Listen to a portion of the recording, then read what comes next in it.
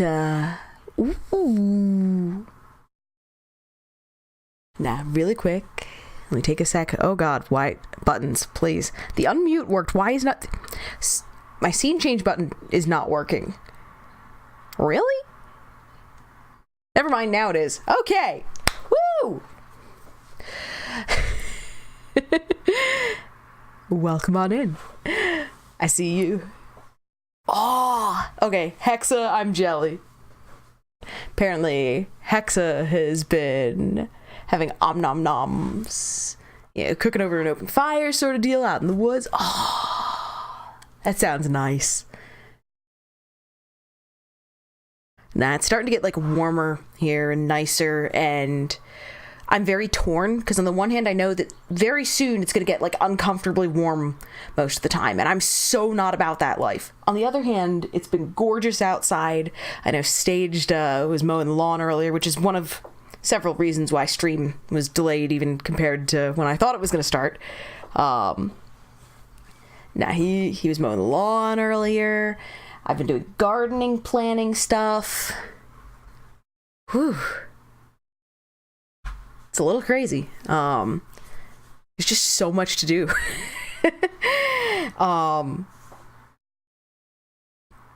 Excuse me. So, whew. I know. I was really bummed that I had to cancel stream yesterday. I was all set and ready to go, and then my GI tract just rebelled. And I want to say, quick shout out, Imodium. Very friendly thing to have around. Warmth and sun is objectively the goodest thing. The problem is define warm. See, like, my preferred indoor temperature in the winter is like 55 Fahrenheit-ish to 60 Fahrenheit. Meanwhile, you know, it depends on whether there's a nice breeze outside, what my preferred outdoor temp is. And it also depends on, like, what I'm doing. Because, like, a nice brisk day in the fall and walking out in that feels absolutely fantastic. I don't know, I guess spring in a lot of ways is my least favorite season. Like, I prefer summer to spring, because at least by summer I've somewhat acclimated to the fact that heat is going to be a thing for a few months. Spring has, you know, all the advantages of, like, you know, light levels are increasing, and you know, all sorts of friendly things. Flowers are blooming. It also has the downside of tree sex, aka high pollen everywhere. So, your mileage may vary. Now, fall tends to be my favorite season. 55 Fahrenheit in civilized speak. Oh, heck. It's been a while since I've done,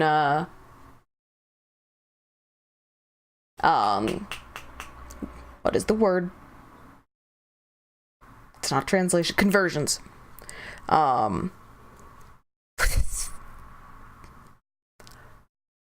So typical body temp would be 98 degrees, give or take, in Fahrenheit. Freezing is 32. I would have to look this up. I am not in mental math mode today. My stream title ended up almost being a joke about, almost ended up being a joke about mathematicians failing to count, because that was sort of, so like 12, 13-ish Celsius. Well, 12 and a half, 13. To answer your question. So, no, I tend to prefer it being a little cooler, and I think part of it is that I'm a little bit overweight. If you just have a higher insulation factor on your body, then I guess it's natural that you might prefer cooler temperatures. Thankfully, I'm not at the point of, you know, having my own personal climate, but now I've been working on increasing my activity levels. I mentioned previously how we had the whole, like, nerve flare-up thing going on, nerve pinch flare-up shenanigans. I've been starting to do some exercises and stuff to work on a lot of the core and stabilizing muscle groups along my torso to try and help with some of the posture side things that might be contributing to that. It's really cold for indoor temp.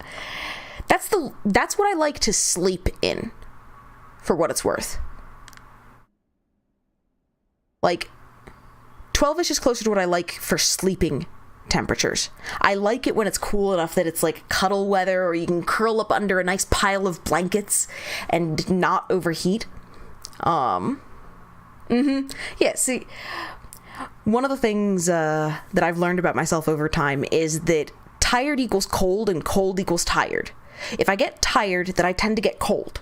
And if I get chilled, then I tend to get tired. Which sort of makes sense from a biological perspective, especially if you consider metabolic effects. During the day, you'd die. Yeah. 1 to 2 degrees Celsius higher than that is an okay indoor temp for me. In the summer, I accept a higher room temp for things like setting air conditioners and stuff, partly because it's better for the environment, partly because it's better for our electric bill, and partly because I am less likely to be curling up in, say, a hoodie. If I'm hanging out in like a t-shirt, then my preferred temperature is going to differ by a few degrees.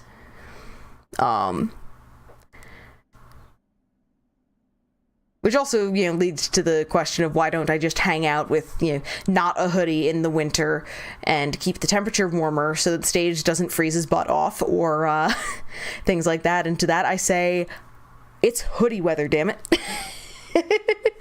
Nah. I will say I'm a little bit mentally ricocheting around today. I was doing a bunch of the garden research stuff, trying to get that set up, and was running around doing 1,000 things, and my brain is in 20 different places. I'm making tabletop gaming jokes in my title and in the song that we started the stream with today, partly because my mind is also on Shadowrun. We have a campaign that is going to be starting tomorrow, and I'm trying to... I don't know if this is a common experience for folks. For me, when I'm building a tabletop gaming character, the headspace evolves first. So almost sort of like this partition internally in which they live mentally. It's almost like you're simulating an actual person in some ways, and figuring out how they would respond to things and establishing this sort of space. But it takes a lot for me to maintain it usually. Now, I was really ramping that up over the course of stuff like, I'm trying to think, like throughout the prior week and stuff like that, because we had like a little session thing to just meet the party last weekend. But in the like week run up to that, I was establishing this whole headspace, and I've been really remiss this week about maintaining it and really keeping it going. So I'm also trying to spool that up internally so that I can step into that character tomorrow. Now, you sort of get all these archetypes, right? You get things like, the silent, not really social rogue in the corner. You get the bard. You get the wizard. There's probably a sorcerer who's trying to deal with their own emotional state shenanigans and things like that. At least if you're talking D&D, things like that. And but for Shadowrun, I'm basically gonna be what kind of works out as the bard for the party. Actually, a good analog would be an oratory bard who also summons spirits. But he's a very improv heavy character, so it's especially critical that I have that headspace together. Not even just because, like, part of it is a certain amount of perfectionism on my part, I'll admit. I really want to do justice to this character. So, but it's left me ricocheting in 20 different directions. So I've got the garden going on, and in one part of my head I've got shoes this character, this guy who, this blind, ugly elf who does exactly two things. He talks to people and he talks to spirits. Has a radio show and everything. Yeah, all kinds of stuff. But he has a seeing eye spirit, which is a fun one. He's gonna be great. It's just he's gonna require more maintenance than I should have realized how much maintenance his headspace was gonna require at the front end when I saw how complex the character was getting. But yeah. So that's something that I'm working on balancing. But as for the witness, which is what we've assembled you all here for today, we have been kicking butt. I'm also trying to give the thumbnail enough time to set so that it's not a spoilery thing. So we're at over 520 panels solved. We've got 115 environmentals done. We've got 3 obelisks done. And there's some of the environmentals that we have accounted for. So, for example, I still need to go and implement this one. But during the popcorn party, which was the last session, I realized that the movie that we got as a reward for the challenge, the 4th one, is part of an environmental puzzle that requires starting it at the start of the film, and you have to wait for the end point to get to here, because the video is an eclipse in action. So you start off with the uneclipsed sun here, and then you have totality here. So yeah, I said that I would implement that on my own time. I have been bad. It is not implemented yet. So I deserve a round of kitty please or dingus for that one. That is literally on the list of things that I'm doing, like, tomorrow, maybe Monday. It occurred to me that I should just start writing down some of the stuff that we know there. So we have movie 4, which is one of the village entries. This is important partly because there are some that I've known exist for a while, and I need to actually go implement. So we also still have, is it gonna...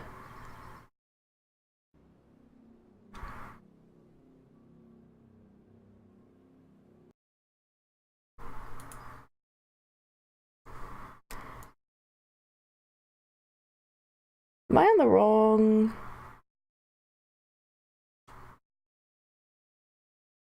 Yes, I was on the wrong scene. Hi guys, professional streamer here. I hit the wrong button when I started stream. So now that we're on the correct one, and we can see the state of the map currently. So the blue dots are the lasers. So this is basically our reference for the lady with the lantern on the lake. Obelisks are the triangles. We've done the triangle leaves. We've got the vaults, which are now done, but are still left as navigational references. Oh! I knew I forgot to do something. MQ. I forgot to get that set up. I am such a baddie. Okay.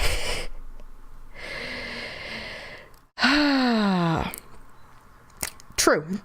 So, give me a sec to hopefully open file things on other Where'd it go? Where'd it go? Where'd it go? Where'd I save it? Isn't that always the question? Where the heck did I save the thing?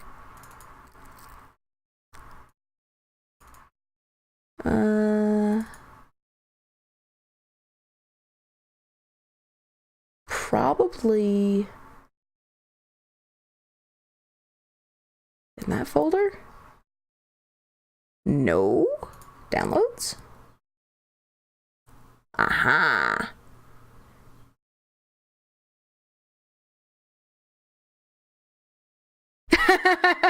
You pinned it in case it's lost to the void. I did locate it. So this is a list, basically, courtesy. Also, welcome on in, MQ. I didn't say welcome initially, and welcome on in, Gecko. How goes the map? We have a whole bunch of things. So all vaults are open. All lasers are done. Although the lantern that the lady's holding in the lake is still flickering. At least I think. Last I looked. We've got... We still have a bunch of audio logs. So we're looking at the magenta or red spots.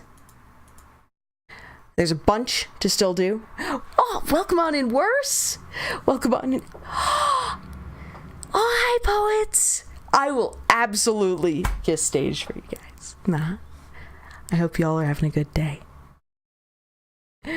Make sure, whether it's Mr. P or Fakey at the helm, that you hug and kiss the other for us. And a little scatterbrained today, but yeah, doing pretty well on the whole. We're gonna see if we can make spot checks today. But no. So right now we're just reviewing a whole bunch of the stuff that we have and what we're going to be hunting down. So currently, let me see if I can count. 1, 2, 3, 4, 5, 6, 7, 8, 9, 10, 11, 12, 13, 14, 15, 16, 17, 18, 19, 20. I count 20 audio logs remaining.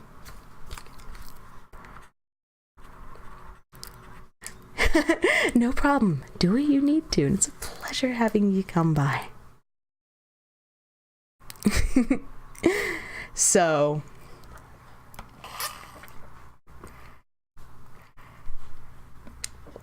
just realized I need to drink more water. The dojo. So the 3 obelisks that we finished are, let me double check. We have finished the trees one. We have finished, which now occurs to me that I should probably indicate this somehow. I think we're just gonna go with a new. We're being really jank about this right now. Don't mind me. So we've completed that one. And we also completed the one that serves the ship.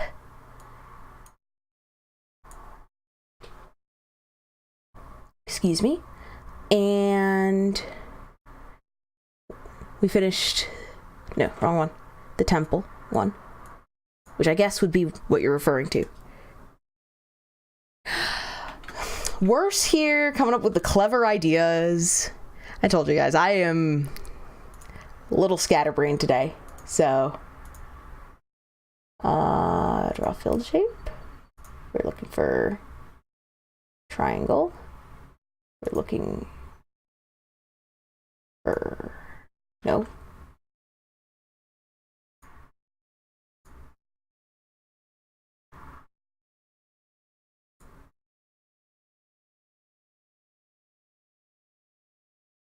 Oop.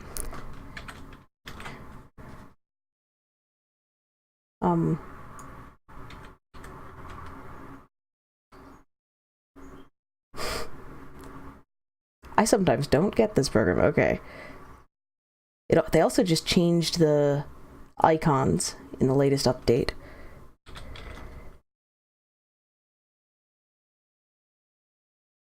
So this goes there. And this one goes here.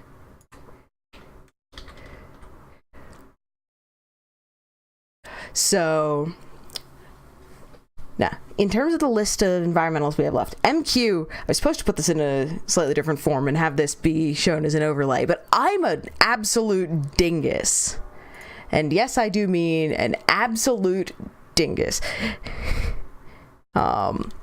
So this is the list currently.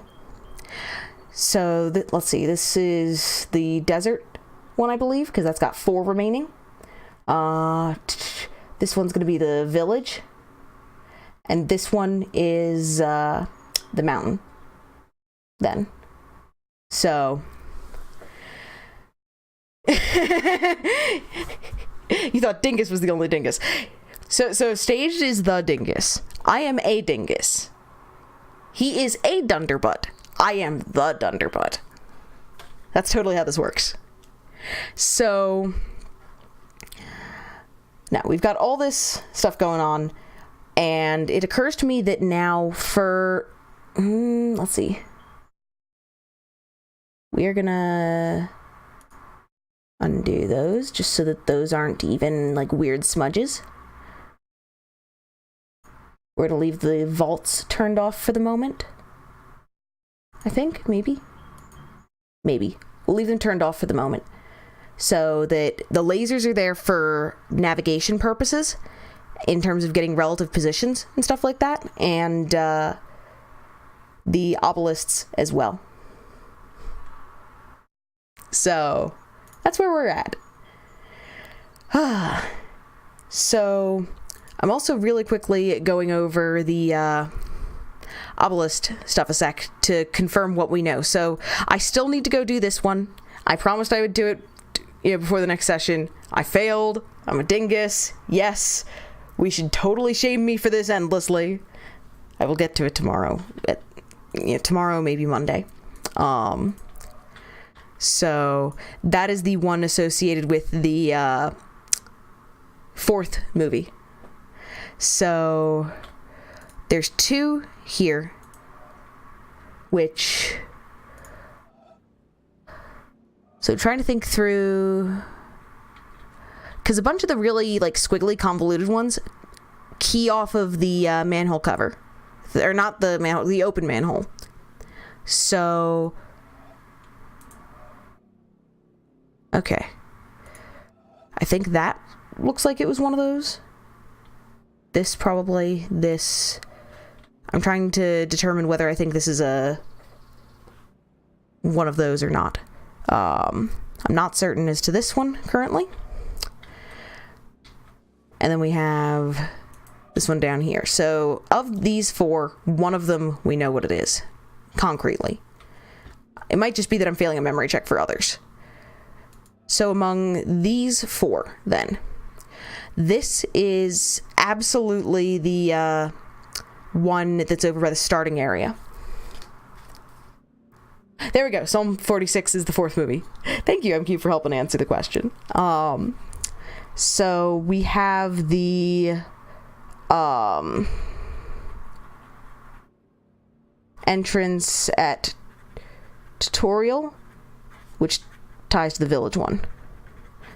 The secret of Psalm 46. Yep. There was a swoosh at the end of the rocks that I don't think I ever got. So we have the peninsula moss swoosh.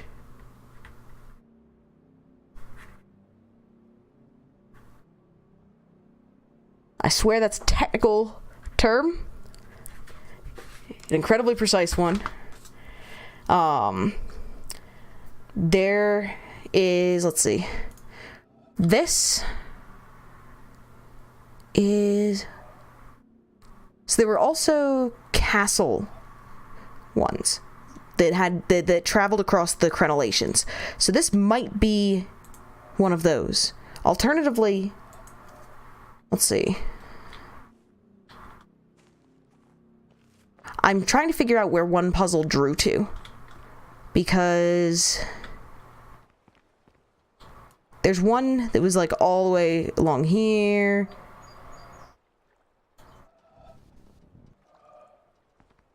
Okay, so it's a long swoosh.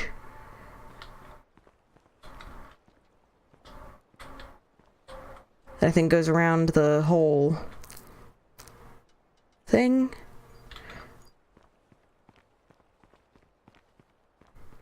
You always call it Radio Shack. To be fair, that's a pretty great way to identify it. So, a big left starting swoosh, that would be this. So,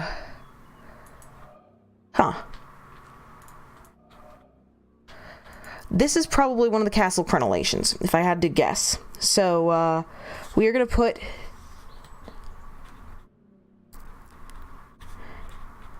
the crenellations being the, like, things that you hide behind at the top of a castle wall sort of idea. I think that's the term, at least. Or a term. Worse, minor annoyance you're reminded of. You wish the undiscovered environmental puzzles on the obelisk were clearer. Yeah. Parapets, maybe? I'm not as well versed in castle anatomy as I wish I could say I was. Maybe I'm thinking of it in terms of molding terminology rather than castle terminology.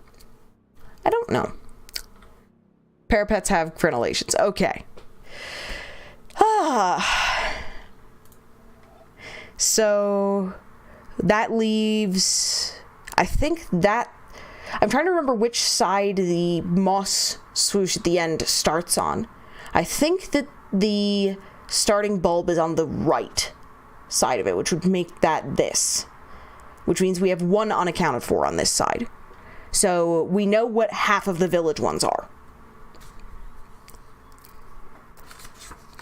This is a good thing. So that's one of those. One of the things I'm trying to do is concretely identify things, and then we're going to see about pursuing some of them. Yes, there's additional spot checks that need to be made, but we're going to start with a few knowns. Which obelisk am I running for?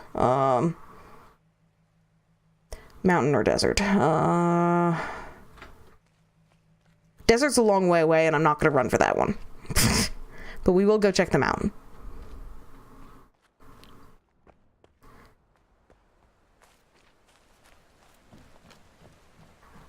So, changed. Welcome on in, dingus. Obvious exits are north, south, and Dennis. And Gecko. Crenellations are the jagged squares that an archer could step out to shoot from and also use as cover. Yep, those are what I was thinking of. I was closer to the desert, though. There's 4 in the desert. And, really quickly, let's, look at the desert list. I don't think that I have any of those identified. So, yes, we could go try to search for some of those, but if we know 4 of these, this one's not getting done on stream. But the others we might, well, that one's not getting done on stream. So really it's these 2 that we might do. I'm seeing about these a sec based on like where they are on the obelisk. So there's swoosh, and part of this is trying to identify where the ones that are listed near it are. So let's see. Where was that one? That's a distinctive shape. But like these 3 were under the mountain. We have matching swooshes. That might be like a reflection sort of thing, now that I'm thinking about it. Because those look like reflections of one another. So, if we recall for a sec the ones that were on the lake that tied to the trees, there was a pair that was mirrored around the waterline. This looks like it might be a similar case. So for the mountain, I have possible mirrored pair. And a parapet is the corner towers surrounded in crenellations. Okay. So in other words, I wasn't being too terrible at castle anatomy. Kitty just needed to be decisive and confident. Okay. So then, in this direction, yeah, there's not stuff that draws to this obelisk from this direction, but that's because those fall in the scope of a different obelisk. So, there's gonna be one that's tied to the color bunker thing. And I'm not certain which one that would be, because I've seen that there's indications that it's going to be an environmental puzzle. I'm just trying to remember the exact configuration of it.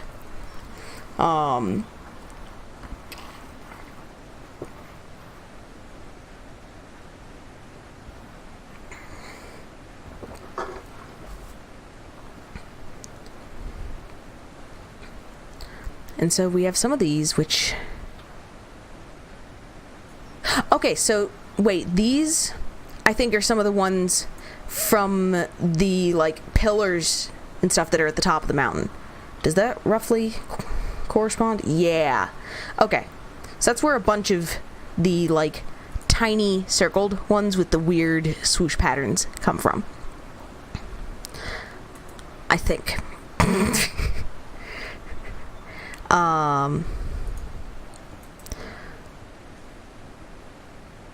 Those were from the Tetramino swamp. So, and there were also the round sort of swooshes that happened in some of the areas in the swamp. So like that swoosh and that swoosh. So this one is probably Tetramino swamp.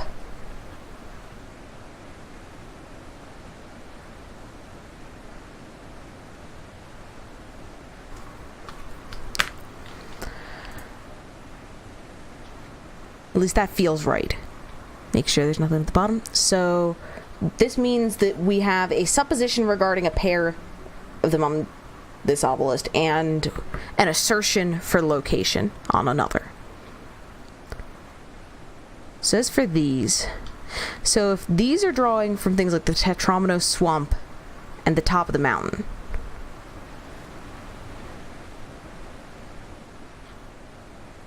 and, well, if these are drawing from the swooshes, in particular, the ones that are basically right over there, if we, didn't have a mountain in the way. No, not quite. There. So, these are likely swampy. Or side of the mountainy. So, we have, I'm going to say 4 that are probably some combination of the swamp, mountainside, possibly inside the mountain. Maybe. And it looks like there's a possibility of other mirrored pairs. Maybe. Is that a mirrored pair? Can I? Not quite mirrored pair.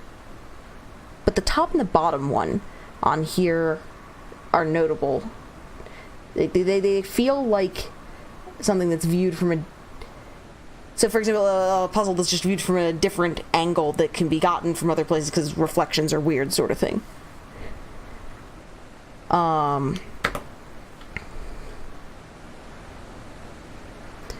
Which means, let's loosely say that that one is possibly the bunker one.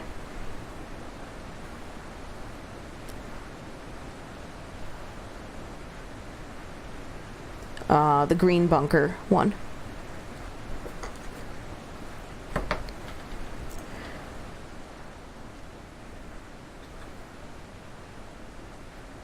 So this means that now we have conjectures on, let's see, those two, that one, that one. So we have conjectures for all of the mountain ones. Cool. So the Tetromino Swamp one, I'm trying to think of navigation, and navigation is hard.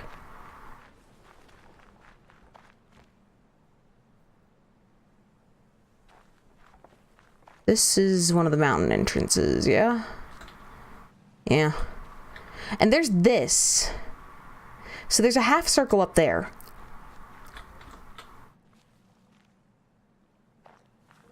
Which... So this is a fixed... That's either a start or an end point. I've been thinking of it as a start point.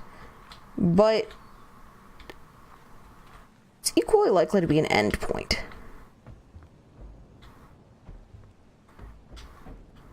So let's start tree gazing.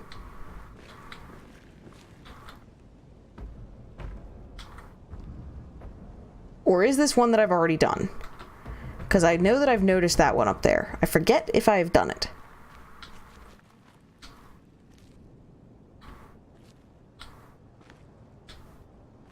Yes. That's the end point for that. Okay. So that handles that question. Hold on. Brain. Also, with that one fresh in my mind. Not the way that I was thinking. With that image fresh in my mind.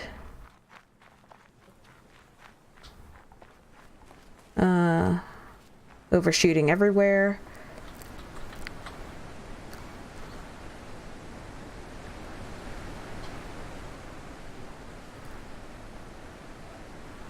That one.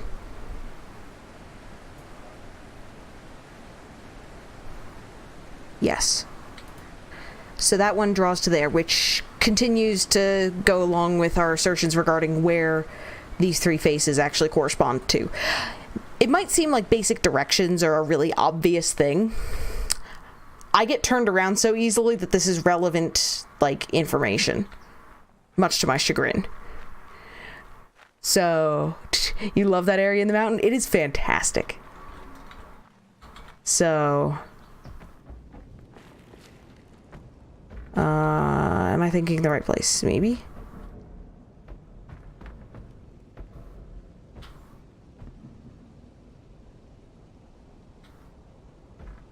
I almost get the sense that I missed a spot check. Like, there's a really weird feeling that goes with, I think I missed a spot check. And trying to figure out whether, like, that's true or not at any given time is always... no, I went past where I was thinking of. I was gonna go here. Because that brings me out here.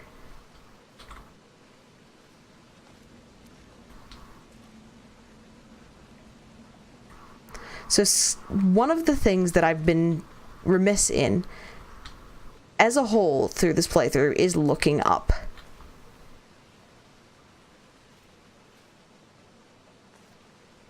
I could totally see that being something from above.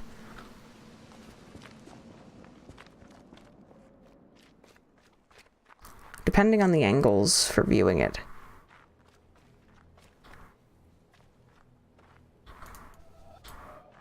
So... heck.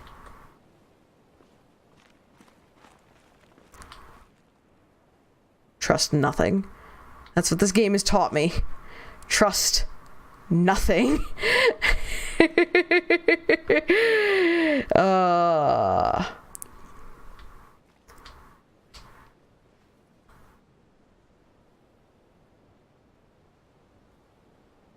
Trying to think of how I would go about visualizing one thing. I don't even know if there's like an angle from which I could do so. Probably not if I'm having this much, unless it was one of the other thingy-mabobbers angles. I don't know if we've gotten that, because there's a puzzle that's indicated is there. I think one of the swooshes is down there.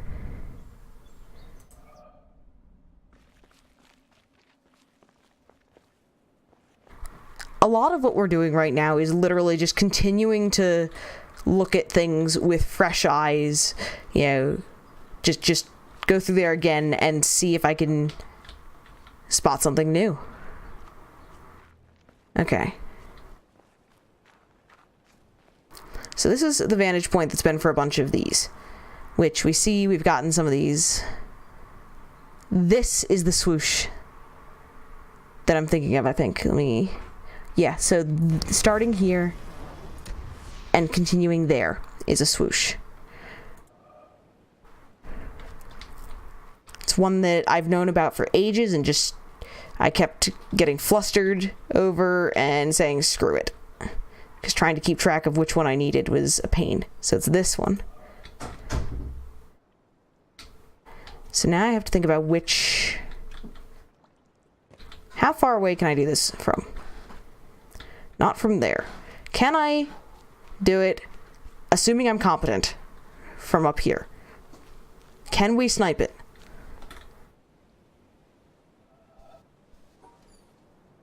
In theory, okay. In theory, maybe we could snipe it. Although I feel like I have this very strong sense of deja vu at the moment, which means I'm wondering if I've tried this before and failed. So really quickly, just getting an image so that I have that, because I can't see it clearly from when I'm standing up here. Oh.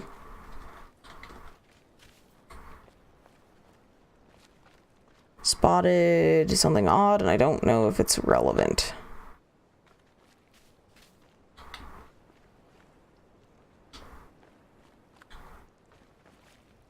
It doesn't appear to be, what I can tell. There was something that looked like it would be a good puzzle end. Oh, why am I running this way? Because I can't brain. Okay. Some people think part of the mountain looks like a lion. Random perspective thing you saw while researching? Yo. That's pretty sick. So, assuming it'll let us, which is a rather big assumption.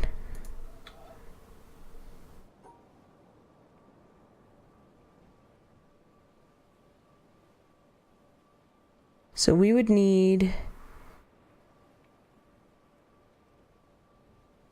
Oh, heck. And herein lies the problem. So... boat time! I think.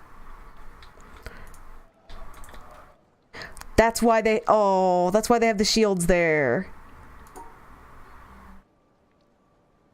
That's rude.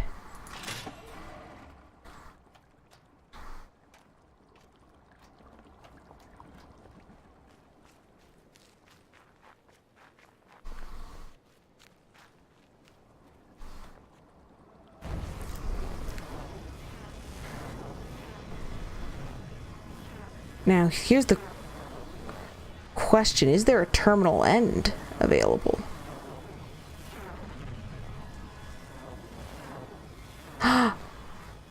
Oh, that's evil.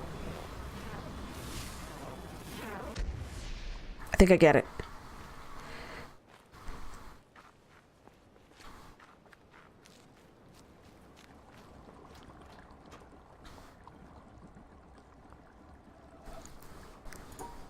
Okay, so... hold up. I can't do it from here now. Oh no.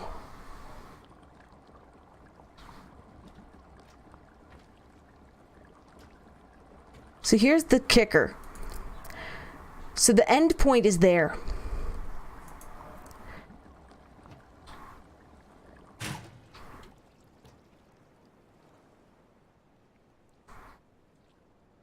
Okay, so now here's the...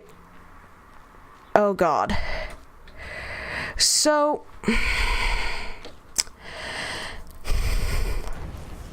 we can't finish that. which means that we have to do the puzzle and race around somehow, which I'm still going to be working out how to path. It's probably something stupid simple that I'm just being silly about. So that we can start things turning. So that we can get that bit. Because we have to have this side open to start it and that side open to end it. Okay. So. We can't cross there now, and this is blocked off. Which means we gotta find the way. I do not know the way. What's this way?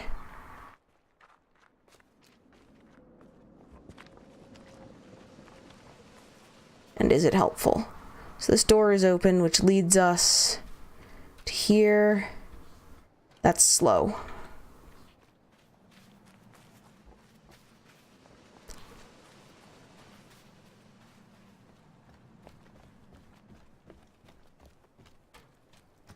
So do I have to...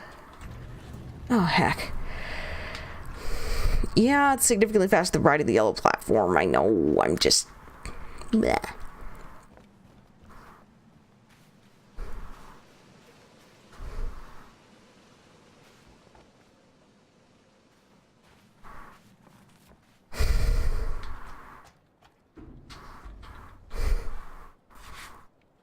Okay.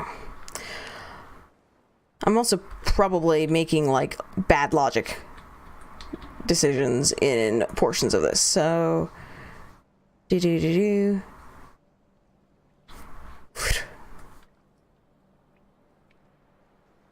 Means... Let's see, we get out of this from going up there, so what is... Okay. Failure to brain. Oh god. Failure to mouse. That worked. Elevator. Okay.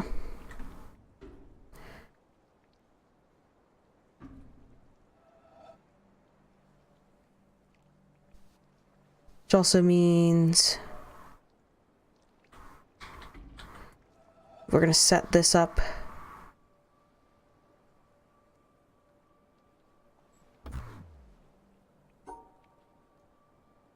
Oh, right. Brain, brain, brain, brain, brain.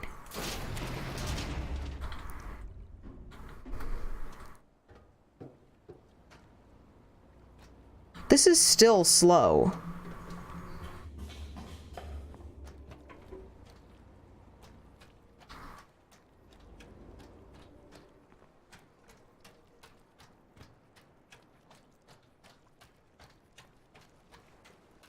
So.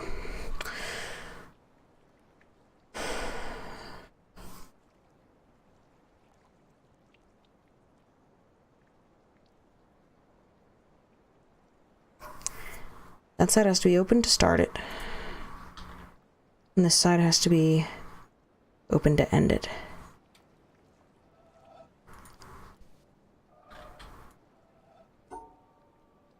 I don't even know if I'm doing this right. Oops.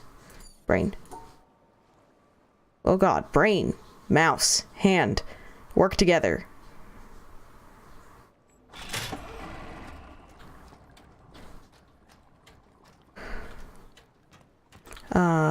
Navigation is hard.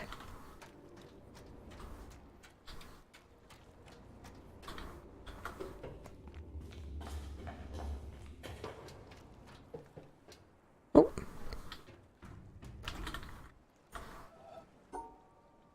Oh.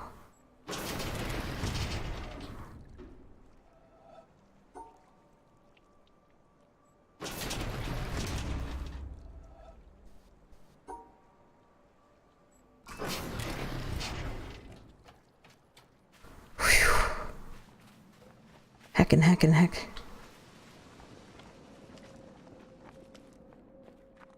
Run as fast as you can.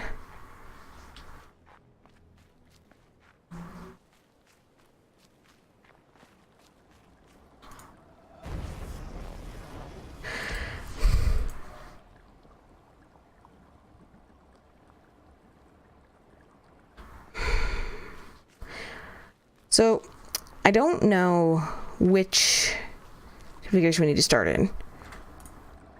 I went pretty fast. So, if we set this up to change, will the one side open soon enough that we can close the other? Yes. Yes, it looks like it will. Okay, so this is... I think this works. Hopefully, please. Please? Maybe? Rotational rates are hard to gauge. Eek.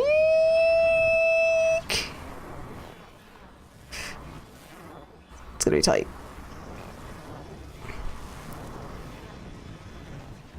Got it. Okay.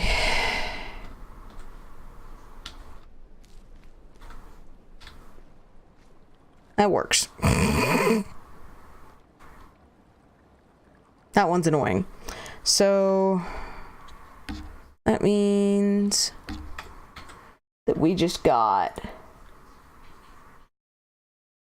this one. No. So, meow. Meow. Delete layer 2. Oh, you made the X's.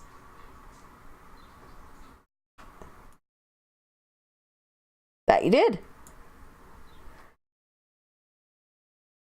I am Dingbat. No, wrong one.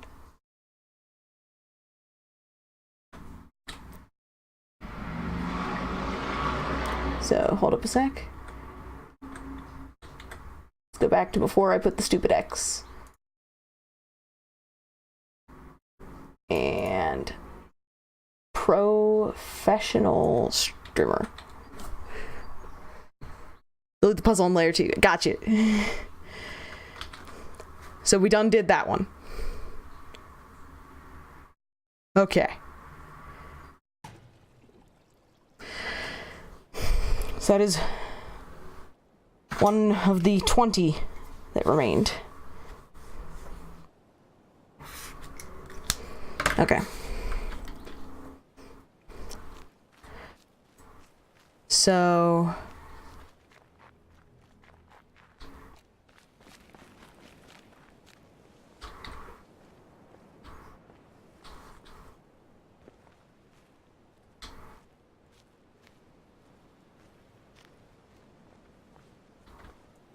this looks like one that I don't know if I got. Like, I suspect I did. I seem to remember fighting with this one. Yep.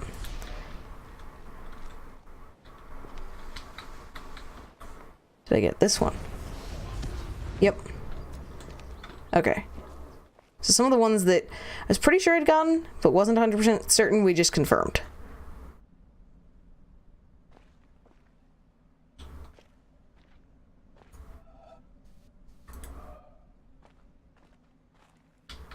It looks almost like it could be the start of a puzzle.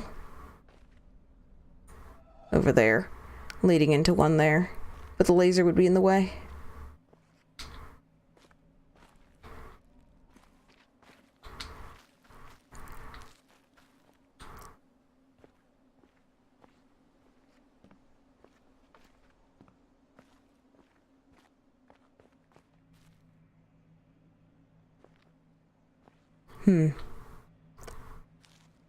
What? Okay, so we can stand here. Does this do us any... There's just like a random rock that we can stand on the other side of. So... yeah, I think we're in full, like, paranoid land. Like, we've definitely hit the paranoid stage of, puzzle searching. The witness effect is in full swing.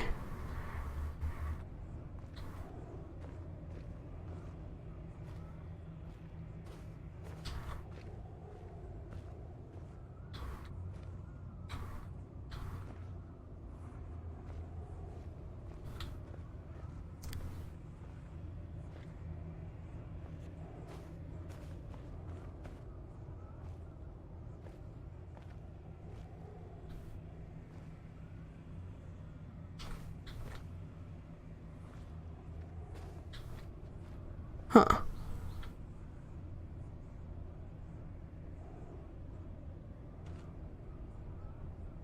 Yeah, it's really easy to get paranoid in this game. Like, really easy. Conspiracy theorists, eat your heart out.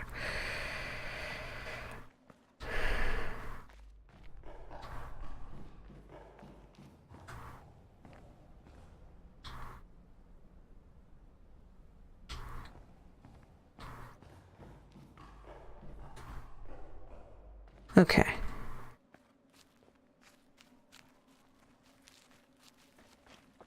So there was the possible mirrored pair.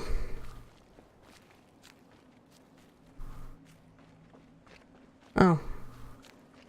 I didn't mean to cross over on this layer, but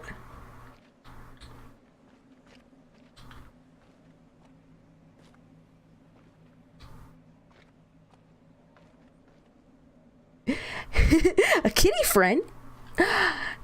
I mean, a kitty bard, I think, would tend to be a kitty friend. Welcome on in, Bacon Cat.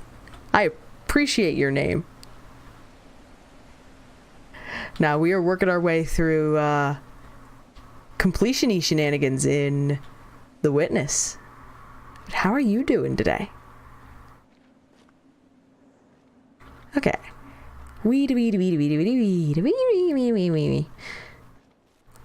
We're trying to find all the puzzles.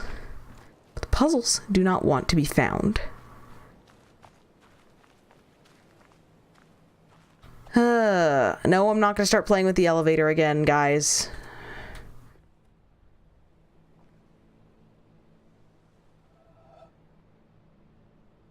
That's the start.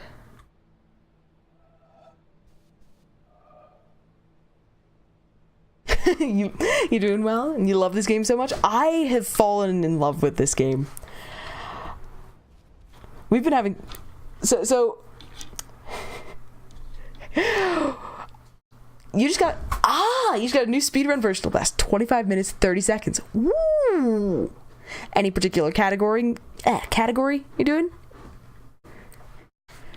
I'm not familiar with the speedrunning categories for The Witness as of yet. So, okay. There were a bunch of audio logs, theoretically, around this area. Because, let's see, that's the laser for flowers and stuff. So, it's worth running through the bunker, I think. Any percent? Nah. That's awesome. Congrats on the PB. You can do all lasers, though? So, how much longer would the all lasers category take? I'm assuming it's longer.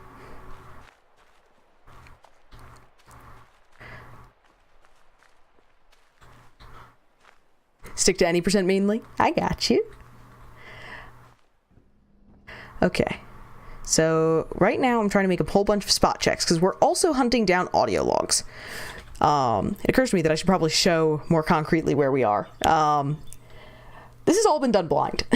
So, there's 3 more obelisks that have, or as I call them, obelisks, that we still have to solve environmental puzzles for. We have 4 more for the desert, 7 more for the mountain, and 8 more for the village one. For you, all lasers takes about 15 to 20 minutes longer. Gotcha. Nah. I've not personally gotten into speedrunning anything. I have mad respect for the folks that do, though. But yeah, so near as I can tell, we've gotten all triangle panels as well. I've figured out what everything on the lake means, except the lady with the lantern. I don't know what she means yet. At least last I checked. But so yeah, right now doing audio log searches, which means lots and lots of spot checks in weird places.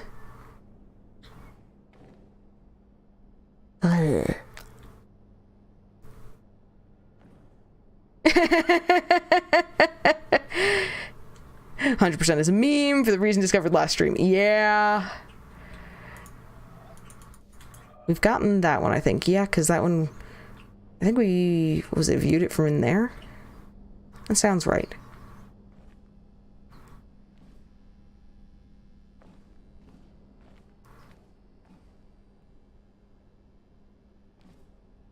There's a bird sitting on my windowsill. It keeps chirping, and it's a little distracting. No, I have not implemented it yet, but one of the, you do 99.8% more because you hate waiting for the eclipse. Yeah, that's what we discovered. So we were watching through all the videos last stream, and, I had the realization when I'm like, wait, the eclipse would make, okay, well, we'll figure out what environmental that goes with. And then I started looking around, and I had the awful realization of the start of the eclipse is the start, and the end totality is the end of the puzzle. You have to wait for that duration. It was after we'd literally just watched through the whole thing and hung out for that. That was... I still need to implement the solution for that, but that was one of those horrifying realizations of, which is funny because I'd just been talking about how like some parts of this game I've gotten through partly by trusting Jonathan Blow to like be a decent designer and things like trusting. I have completed the challenge, and well, obviously, if I have that access to that video with that dingus. But the randomized pop-up maze part of it, I made the conjecture that the hints for that would be randomly generated, and so would probably be present on one of the puzzles earlier in the sequence, which that assertion led us to the magical run that happened barely in time. Those stupid pillars. But, no, it was, things like that. Trusting the game design to not be a complete dick, basically. And then just, I think I might have called him a bastard on stream for that one.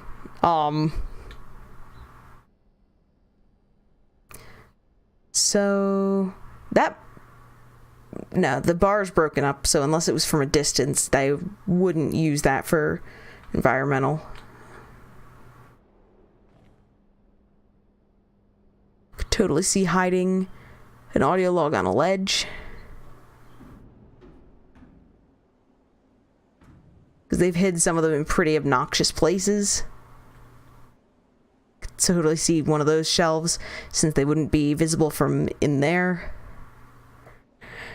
Oh, I missed the notification. Welcome on in second time, and I do hope that you enjoy hanging out here. And yeah, the Secret of Psalm 46 is a great speech, but it is long. I didn't quite have the heart to face it immediately after having enjoyed it the once. I don't want to hate it. One thing, thank you, MQ. While I have discovered most things, at least that I can figure exist. We do have a pretty strict spoiler policy. Like I said, the stuff that's been figured out has been figured out blind. And that includes things like interpreting the lake and putting together a map to help track down things like audio logs that I have yet to find. We've used it to track down a couple dozen, I think. So I didn't see the spoiler in question, but just noting, or the possible one in question, just, yeah.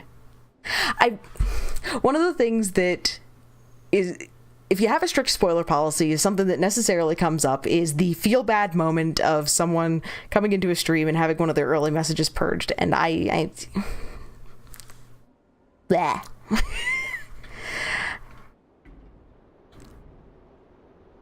Like, it's part and parcel to it, but it always is a little bit of a feels bad man moment to me.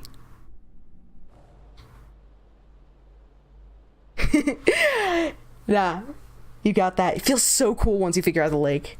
Like the smartest person in the world, full, like, not Mimi galaxy brain, but actually galaxy brain. What?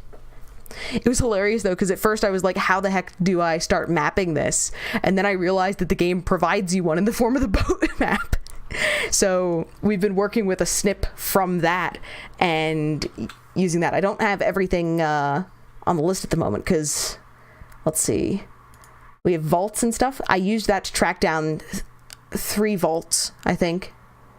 No, I suspected the existence of the one, tracked down the other 2. Yeah, we've been using the lasers to help guide. This map is not precisely to scale. This is basically a really good guesstimate placement of where some things are.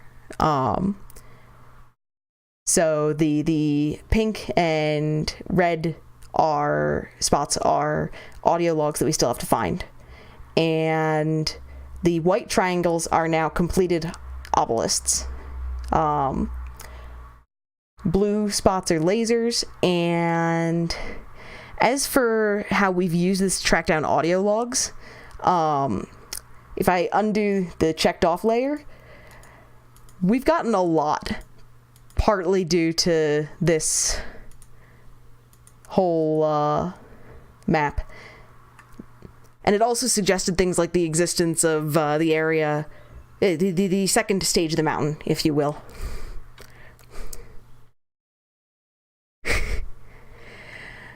So catching up really quick, Gecko, you got banned on a witness stream because they had a strict no spoil, no conjecture, but they also didn't have a spoiler Discord, so you appreciate the spoiler chat.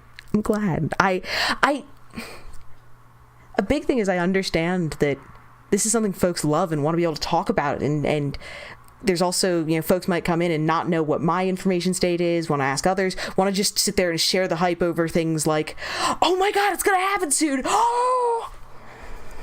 And it's not a Twitch chat thing, but I appreciate that that's part of just the shared experience in a lot of ways. And worse, the realization about the challenge was more impressive in your opinion, which made it very doable without being all that fast. You can make a galaxy meme out of that. Go discovering a new symbol to finding environmental puzzles to discovering the lake. Actually, yeah, that's basically... Stay Hydrated Bot is looking out for me and reminding me that I was dehydrated at the start of stream and really need to keep drinking water.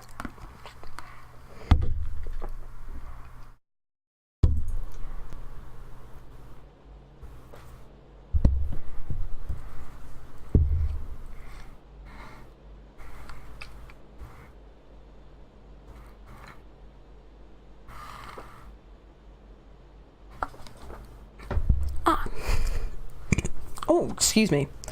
I'm so sorry. I'm also so sorry for bumping the mic with the bottle. That was probably not a very happy thing.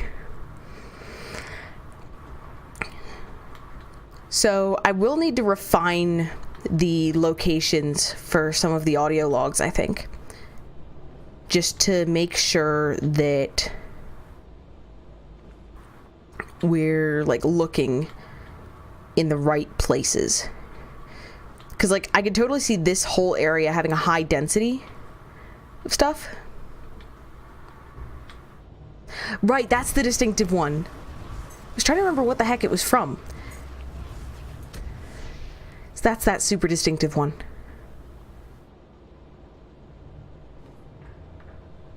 Elevator stuff. Oh heck, the elevator surprised me by showing up here.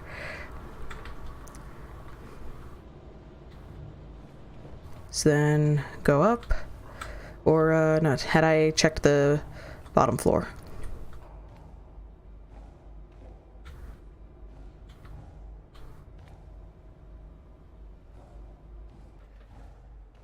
Problem is there's so many things that look like they could, yeah, just with a different angle produce a puzzle.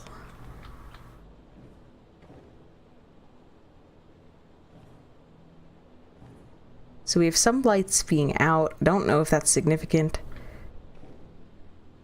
Could totally be used to generate a puzzle, but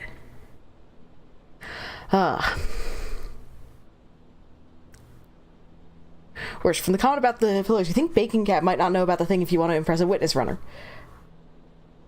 The, what, there being a clue? For the, because there's the, oh heck, I'm gonna have to run over there now, aren't I? We'll do that. Just give me a sec.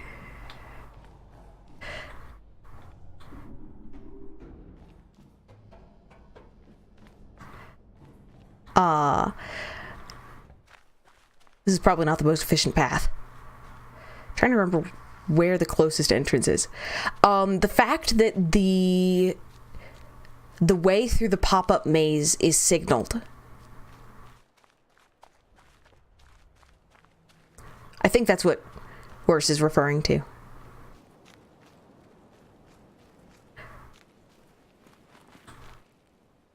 It looks like it might be a thing.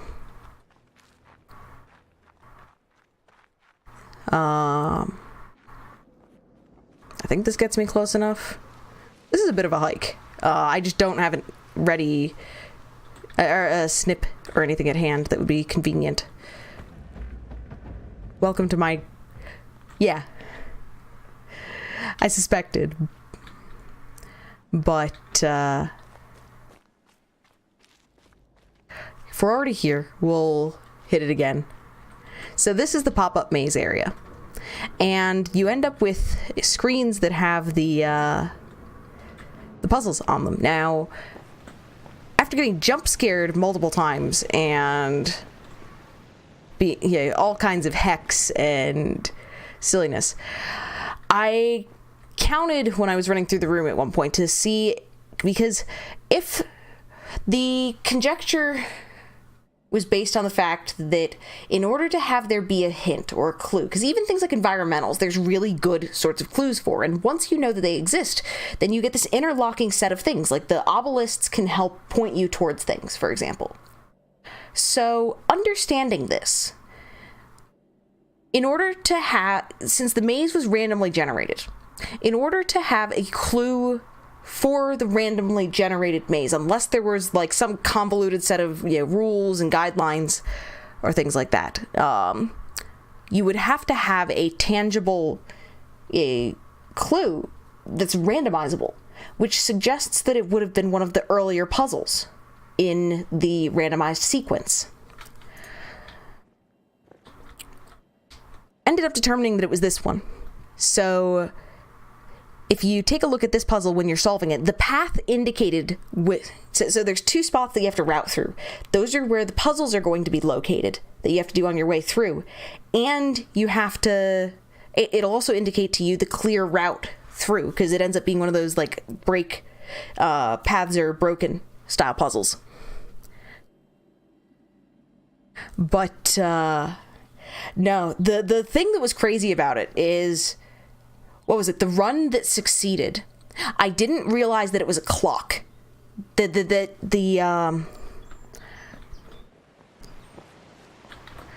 realize that these setups were a clock. So I'm sitting here trying to like solve them at the end, figuring that it was like some sort of BS for getting in the door. And it wasn't. But I ran like all the way back here to check at this end to see if I had to solve them here. And then I had to run all the way back, and then I noticed the pillars. And got it just in time. That was my 4th attempt on the challenge. I also just had a moment of... So, I know that there's the puzzle here. We've gotten. But it looked like there might have been something resolving up there.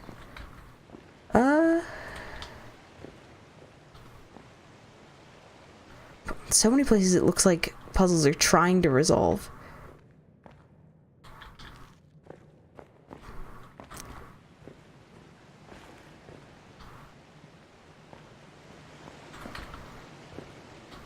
Hex.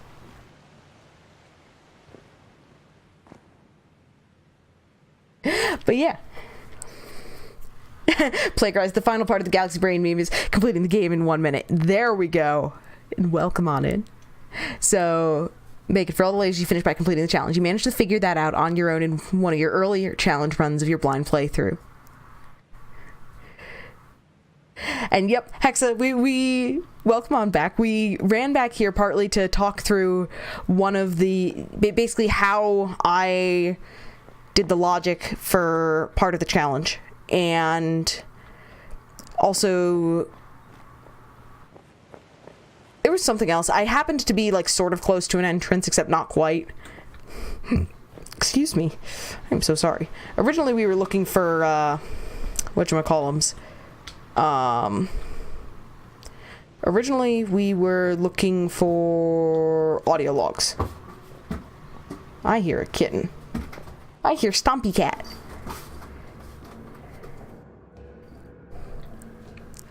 But yeah.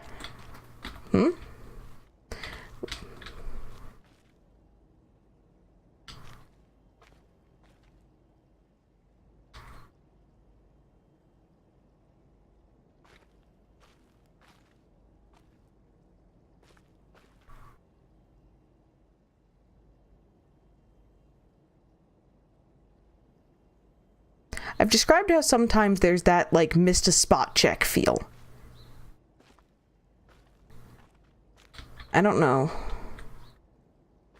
Could just be me losing my mind.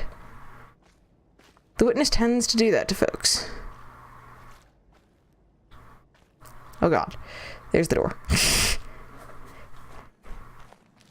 So, now we're going... Was it this way? I think it was this way. And... Does this work? Yeah. Whee! There's probably a more efficient path. But if there are some universal constants, when we're talking about me playing a game, one of them is that I will invariably get all kinds of awfully lost.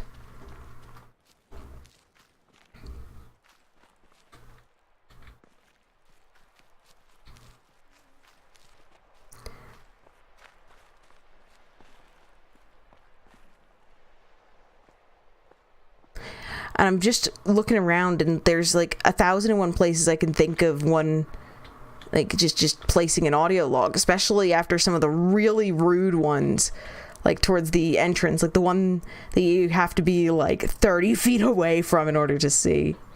That was... Whoop. I'm also not very adept at controlling things in first-person perspective. I will admit. It is, It's a talent. 30 feet doesn't sound right. I don't know. I'm also bad at judging distances. Like, real bad. Laughably bad.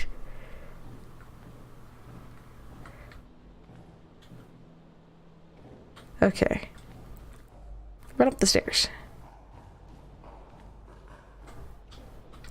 And we have the stairs that are out, which is frustrating because I want to get to the green level.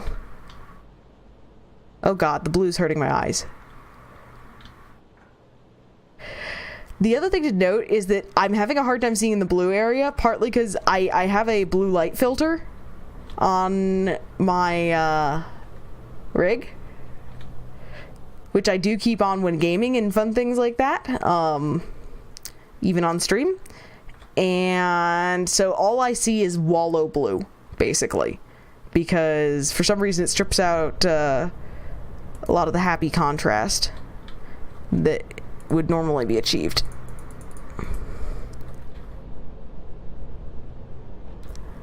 So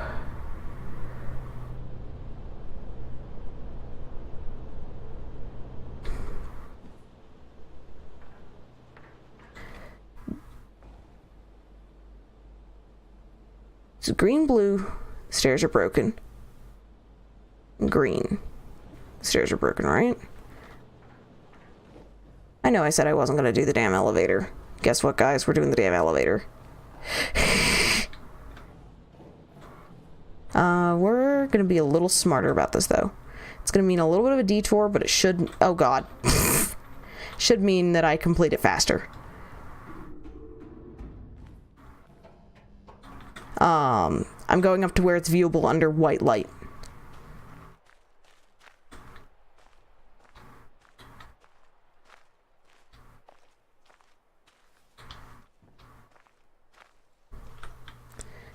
Don't forget the audio log in your character's pocket. I could have looked down from the opposite side if I'm referring to the upper portion of the starting area. No, that's the thing I'm referring to. It's just it was still small.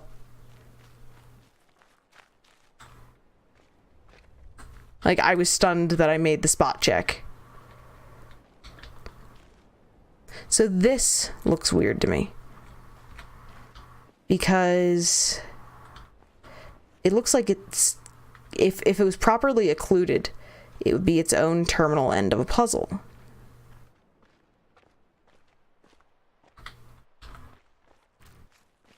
I know that the big one up here is the terminal end of the big puzzle. Now, is it going to come back up? Is it going to be nice? Really?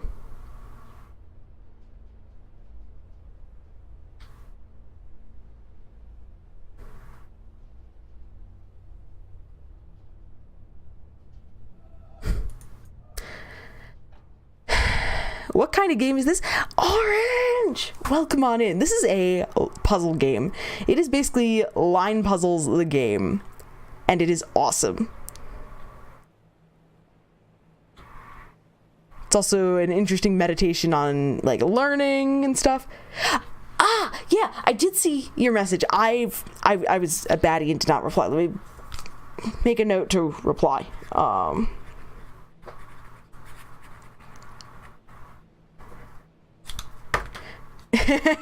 Plagiarized. Anything's a puzzle if you occlude it hard enough. I don't know why that seems so silly to me. Okay, so I have bad news, folks. So the elevator seems to, like, automatically go down to where you need it. But it won't go up. Or it'll go down to when you need it, but it won't meet you up top. Which is really rude. Which also means that, once again, I've got to do the dang puzzle. It's gonna... Yeah, no. Not that lucky. Never lucky. Okay. We're gonna see if we can get away with... Let's see, how was that just now? Wait. Green. Green is the upper...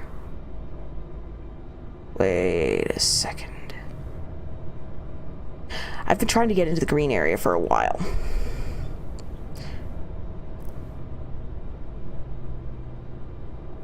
What if it's literally... I don't watch this, but I look out here?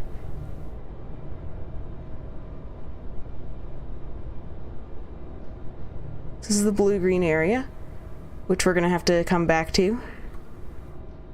Can I get into the...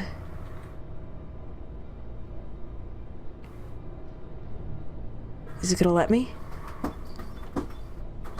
Ah! so, hey guys. I've been trying to get onto the green level for ages.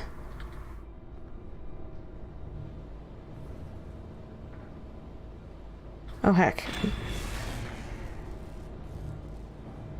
Ha ha!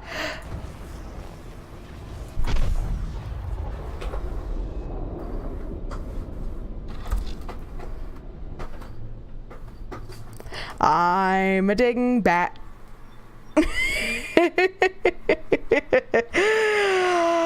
Oh.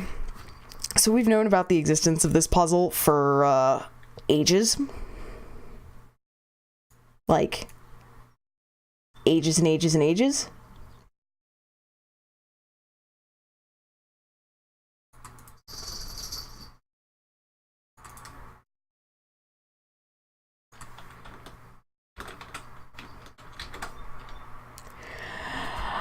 And Orange, you've been getting back to streaming through Risk of Rain 2. I have not gotten to take a look at that, but I've heard that a lot of folks are enjoying it. You'll definitely stop by again, but you got some Apex to go kick butt in? Go kick butt, take names, do the thing. So, worse, disembarking from moving elevators is dangerous. Do not imitate in real life. Seriously, though. This is a puzzle that we've known about for, like... Since like halfway through. Kitten, why are you trying to eat random hard objects?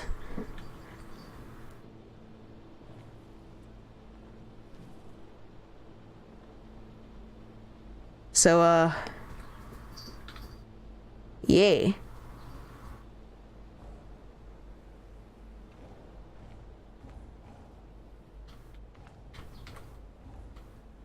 Nope.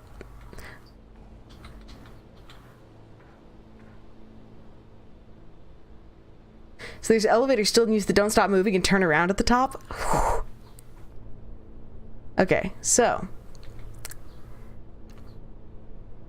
now the other question is, so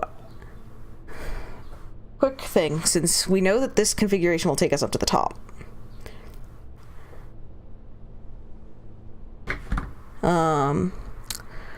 So now I need to go down. See, those were a thing. Those. So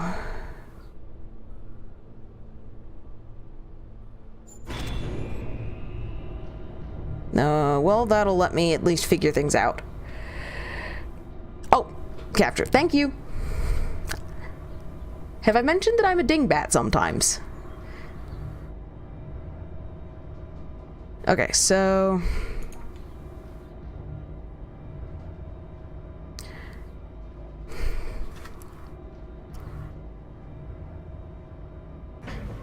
okay.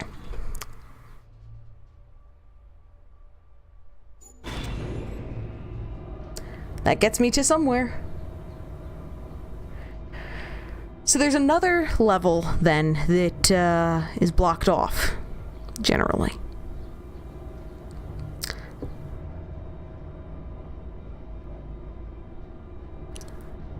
And that is the one where the elevator is broken to it. So there's the green, which we've been trying to get to for ages. And then there's the blue-green, which I feel like I've been in before, maybe? I feel like I've been here.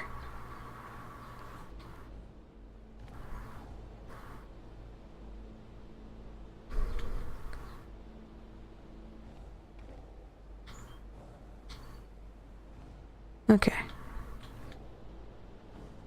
We're basically doing a little bit of an enviro check as well as a audio log check.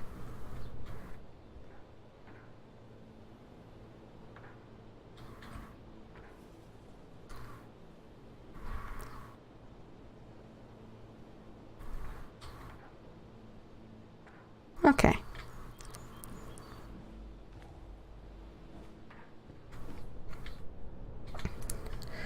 let's see, the configuration that takes me up was... What was it?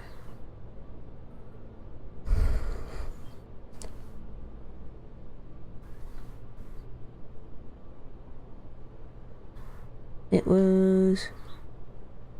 this one, maybe?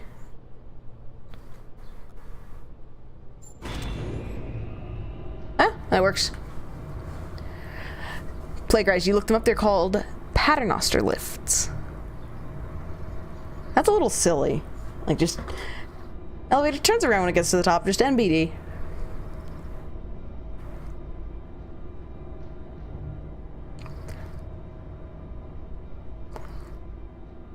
So, we've gotten 2 environmental puzzles. No new audio logs thus far today. But that's still significant progress.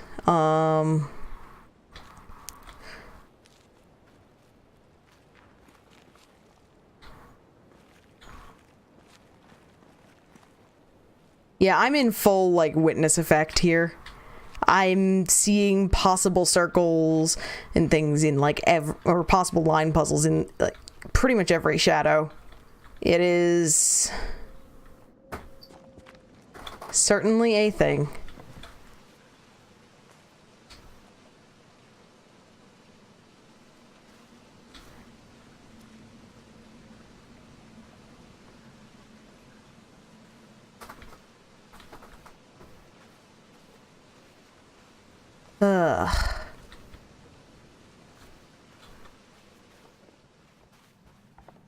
Why did I just go this way?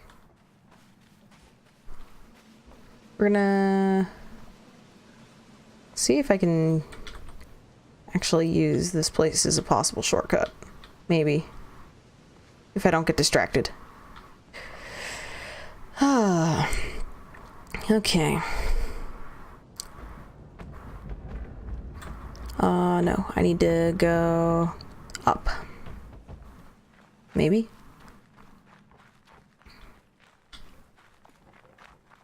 Yeah.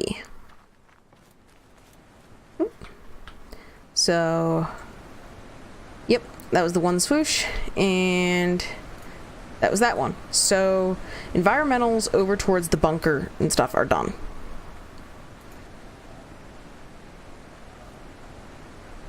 So these are still, those 2 were the one shadow pair from the Tetromino Swamp.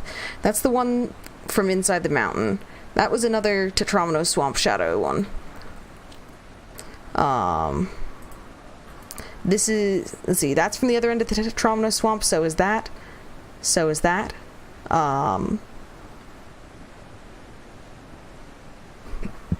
Excuse me. There are apparently a lot of open cabins on a chain. Ah! Yeah, that sounds kinda unnerving. There's also a vivid... We've gotten that one, yeah?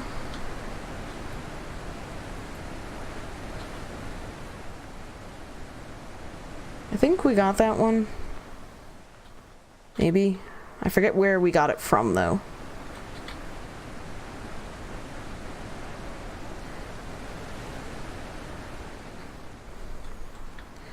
But yeah, so we still have 4 of these, which I'm supposing are somewhere toward... So if we do the little 180 trick...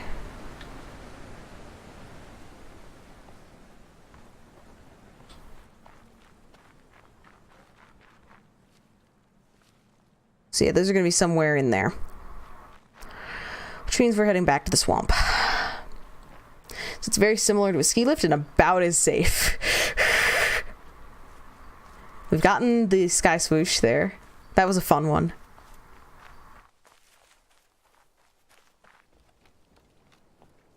So.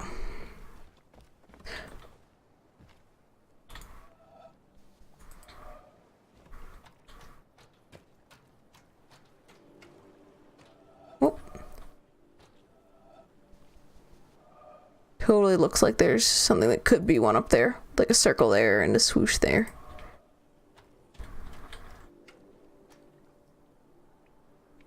Okay. So one of the things that we're also going to be on the lookout for is, so these things cast shadows, which is how we got two of the shadow puzzles here. So odd things like that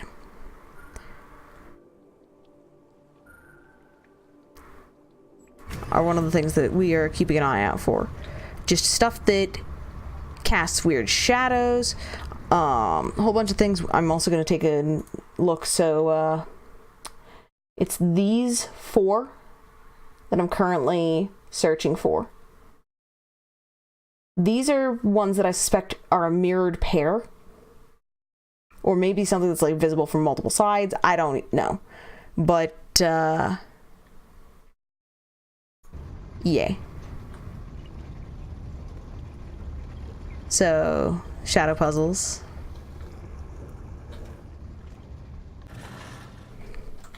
We're also going to check down in each of these again. So,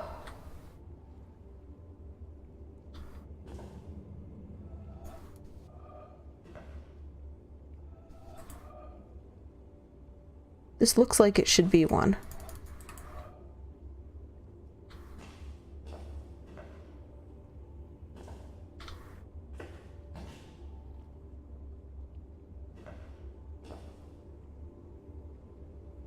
So, hold up. So this is tied to that. Have I?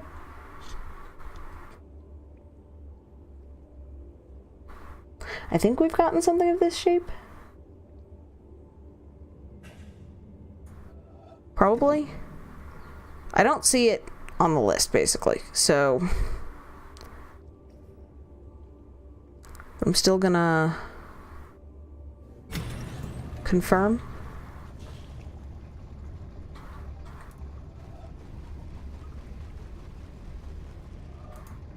Yep, we've gotten that. Cool.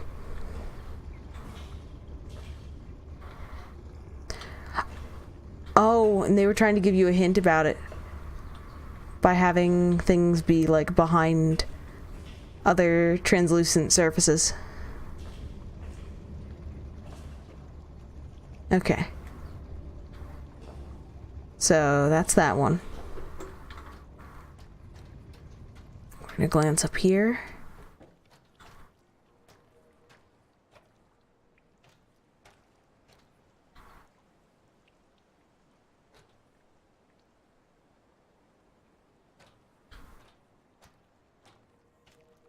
I know that there's a path around here that we're gonna screen.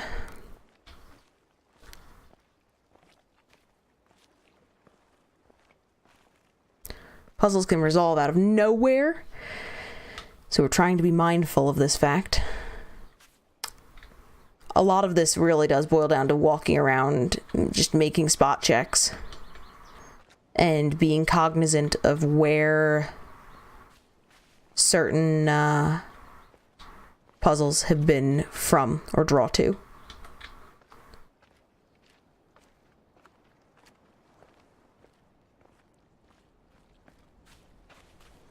Hear weird sounds. It's also a little bit of trying to think in a game design sense, really, of like why certain places exist, which sometimes is just because they look pretty, because they make sense, etc.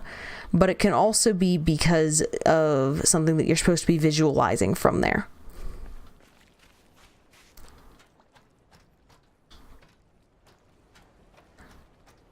I remember that there was some variety of puzzle stuff involving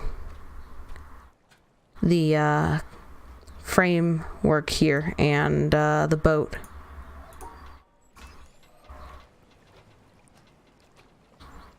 Which might be what I'm thinking of.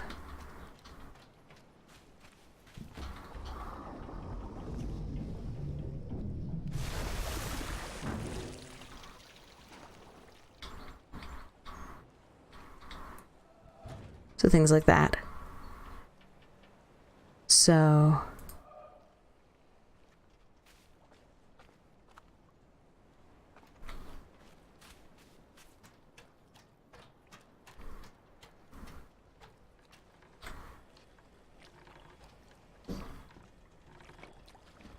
What if the boat's facing the other way?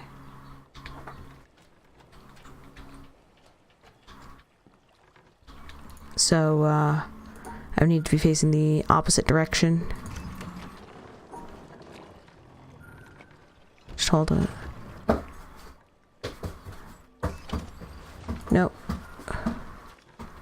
Which way am I thinking? I need it to be pivoting that way.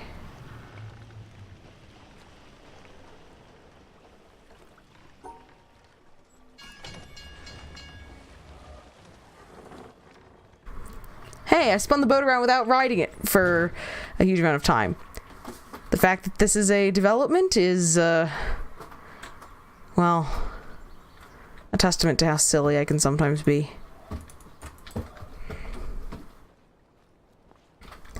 I still love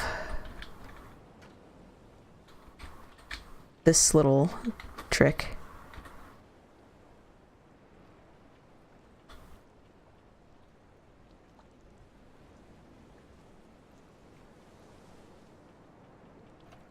So we can now configure this into full bridge mode.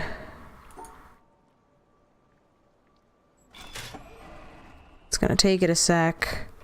I don't think that we're gonna get any more environmental shenanigans off of the end of that. Let's just take a look that there's none for the nose. Oh, hey. That's a start for puzzles.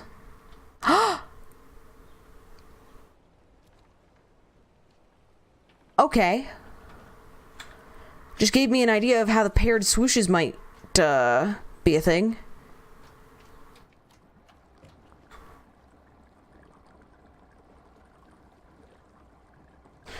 The next port is...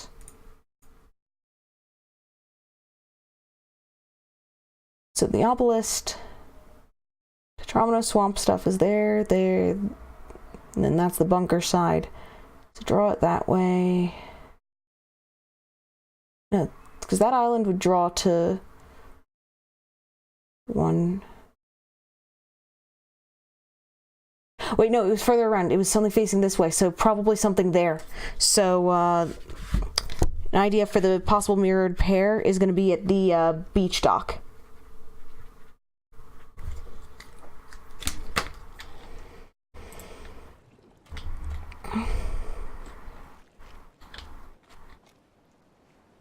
Yeah, I think we're too far away for this to be reasonable. Or it's allowing a start. It's doing weird things. Is this just like 1,000-mile puzzle?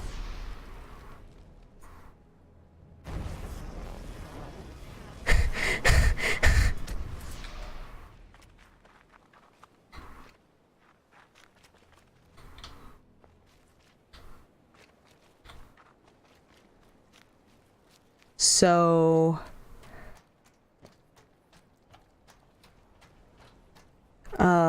yeah, we're gonna try and test this out a sec, because I really want to know. Okay, so we're on a boat. Fair warning to those who get motion sick.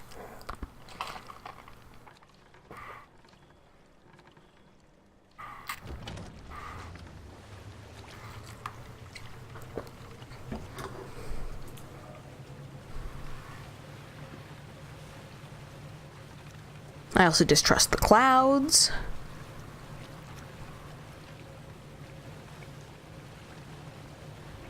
We've gotten the big swoosh there.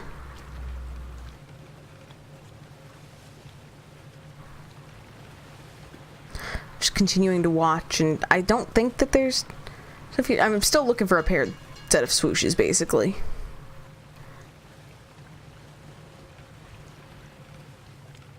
So part of the question is, how would you get the paired swooshes?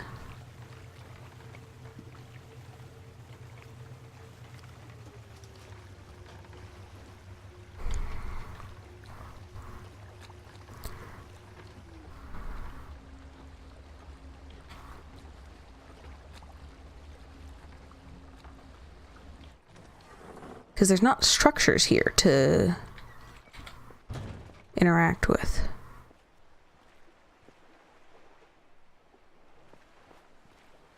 Let's just start playing with this.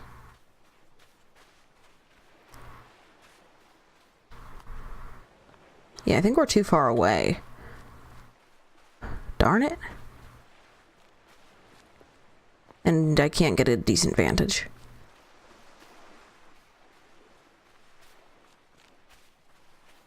I like the idea, though.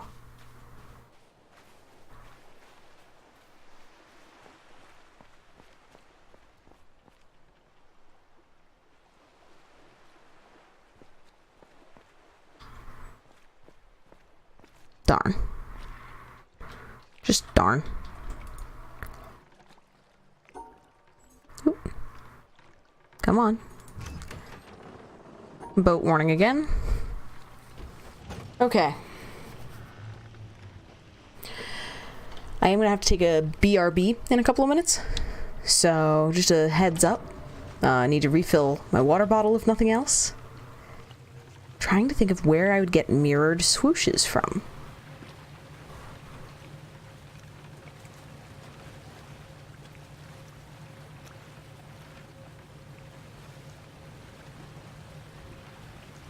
It's a laterally mirrored swoosh.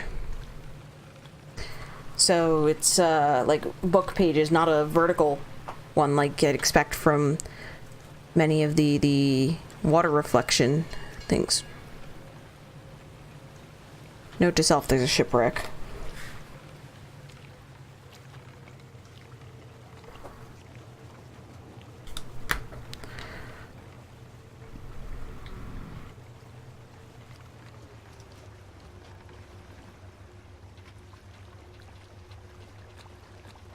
Okay.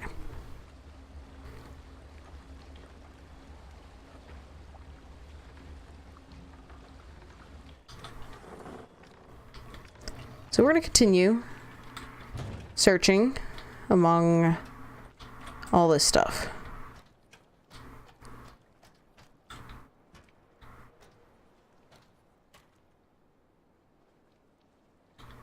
Like I said, look for things that cast weird shadows. That just look funny. Things that look suspicious. Which means literally everything in this game. Paranoia. Okay.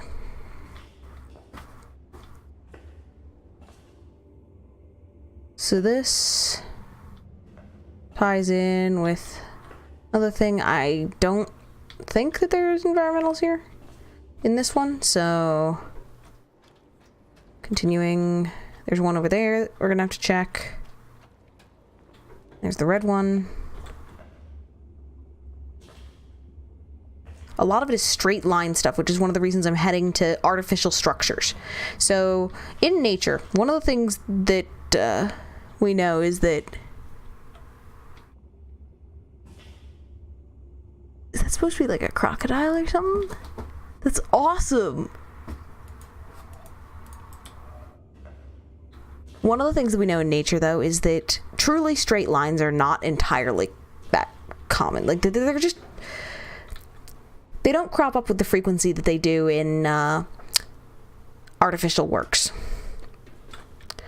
Frozen in blood. Seriously. Welcome on in the beef. I appreciate your handle. It's a croc made of bark. So, that's just cool, though. But one of the things that we're on the lookout for is truly straight lines. Oh, well, wrong side. Although, just confirming things. Truly straight lines are uncommon in nature.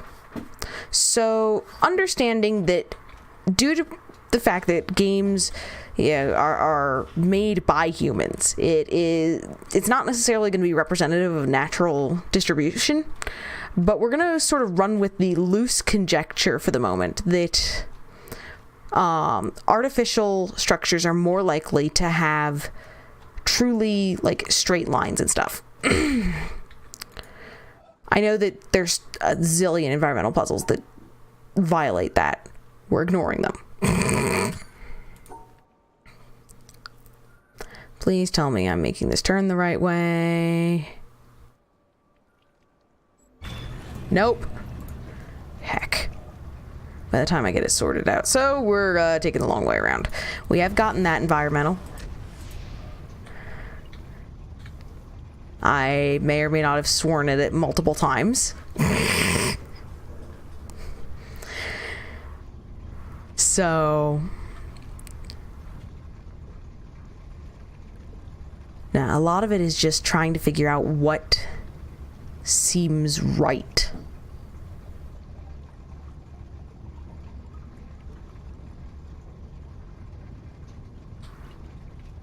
So heading this way. Making sure to check from this vantage point. Remember to look up. I apologize as always for my camera control. It is not exactly smooth.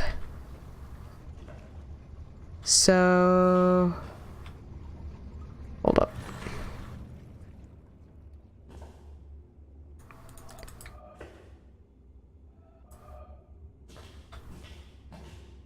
So it's red.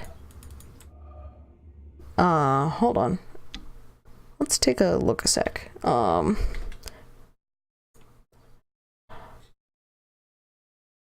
This is a pair of them. It's these two. It's gotta be.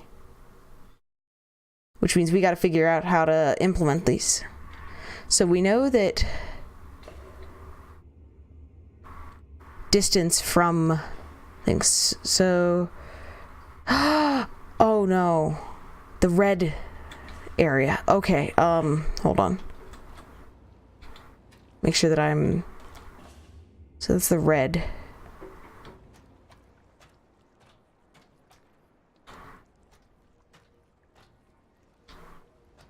So are any of those structures movable?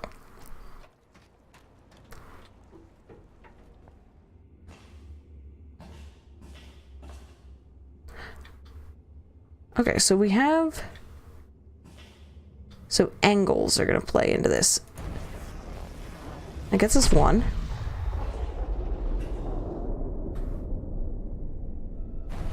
Aha! We couldn't change the distance of the objects we were viewing, but we could change the angular... using hypotenuse of a triangle, basically. Oh. To be fair, if we start, like... totaling up how many hours I've spent streaming this game and going with this, we're on roughly, I'll count like 5 idle hours. We're on like 75 hours of time as reported by Steam with this game, pretty much all on stream. That really puts things in perspective. So there's been a lot of time and thought put into this. Okay, so this is not just a walk in and figure stuff out. This is a lot of conjecture and logic coming together. And some help from friends, including shout out to MQ again for helping prepare the remaining puzzles thing for me. I knew what they were and had identified all of them. It was just a question of putting something together to use as a reference.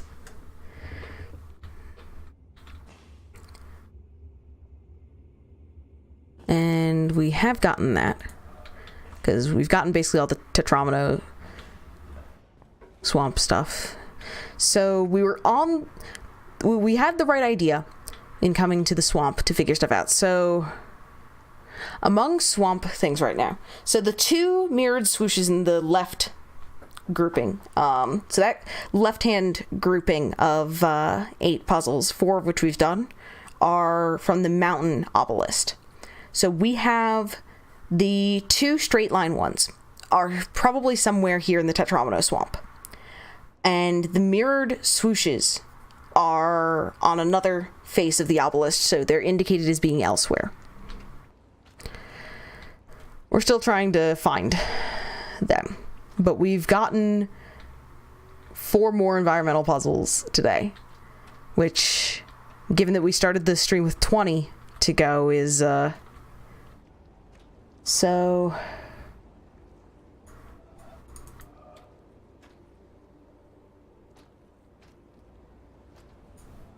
Don't suppose that these ever become...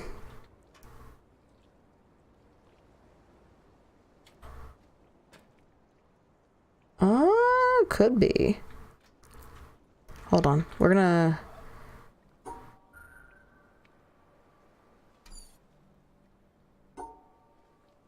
Brain. I need this to be facing those two.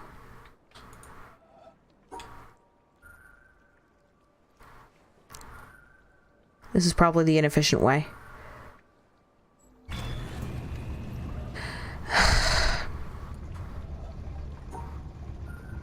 Every stinking time. Did I just make it go the same way? Yeah, I did. I'm just gonna accept my fate. In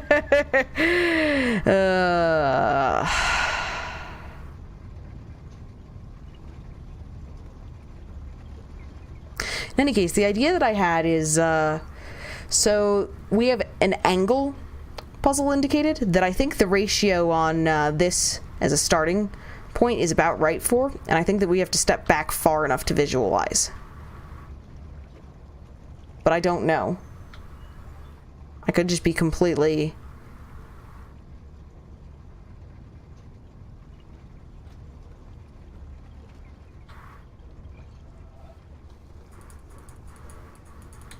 Yeah, that doesn't resolve there.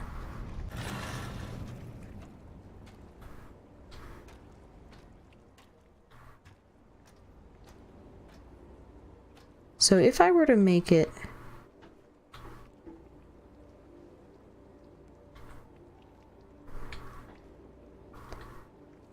So, there's an odd piece here. What is this? Wait. There's a... That's part of the, shadow puzzles, though. So this piece... is a cap for a housing.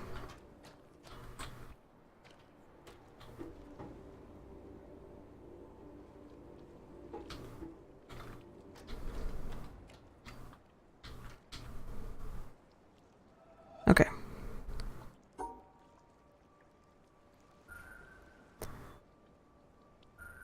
Hopefully I got this to go. Finally! Intended direction!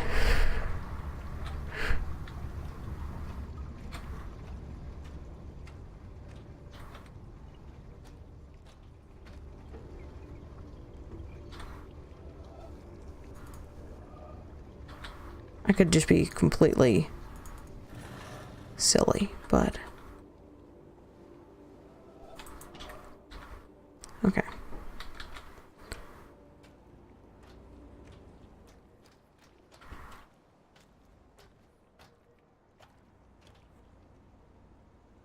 I don't know. So that's one just to keep in mind. So continuing to think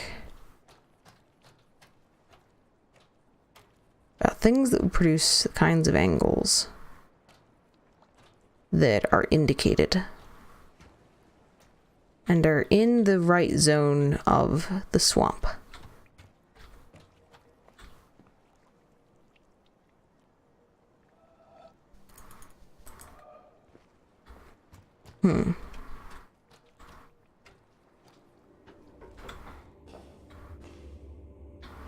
Confirming that I've checked stuff, especially now that I have a narrower list to be searching along. It means that I'm now looking for particular shapes, which limits my search naturally. Whoa!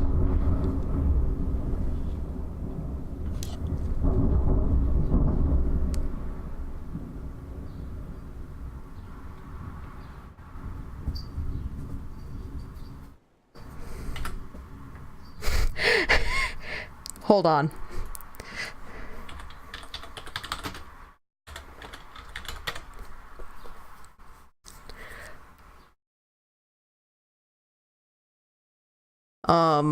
Me looking a thing up.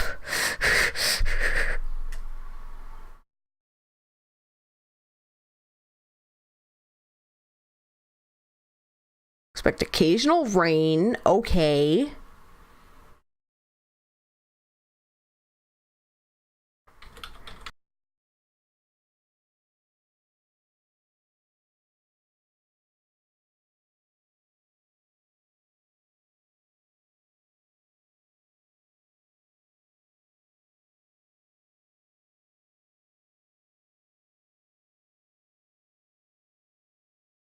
Sorry. It says nothing about thunder.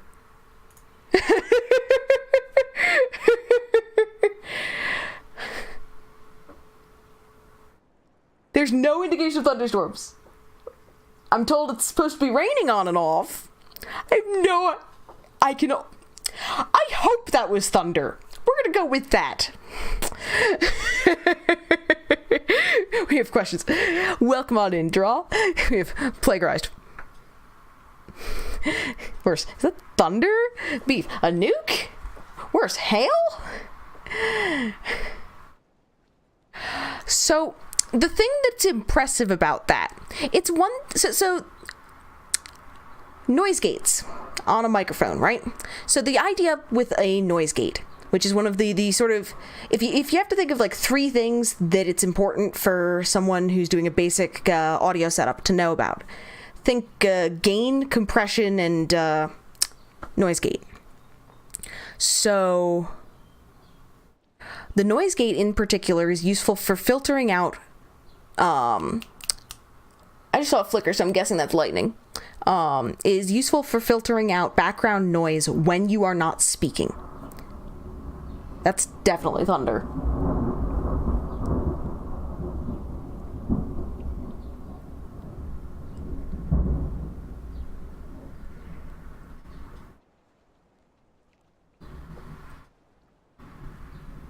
I continue with my assertion that had better be thunder.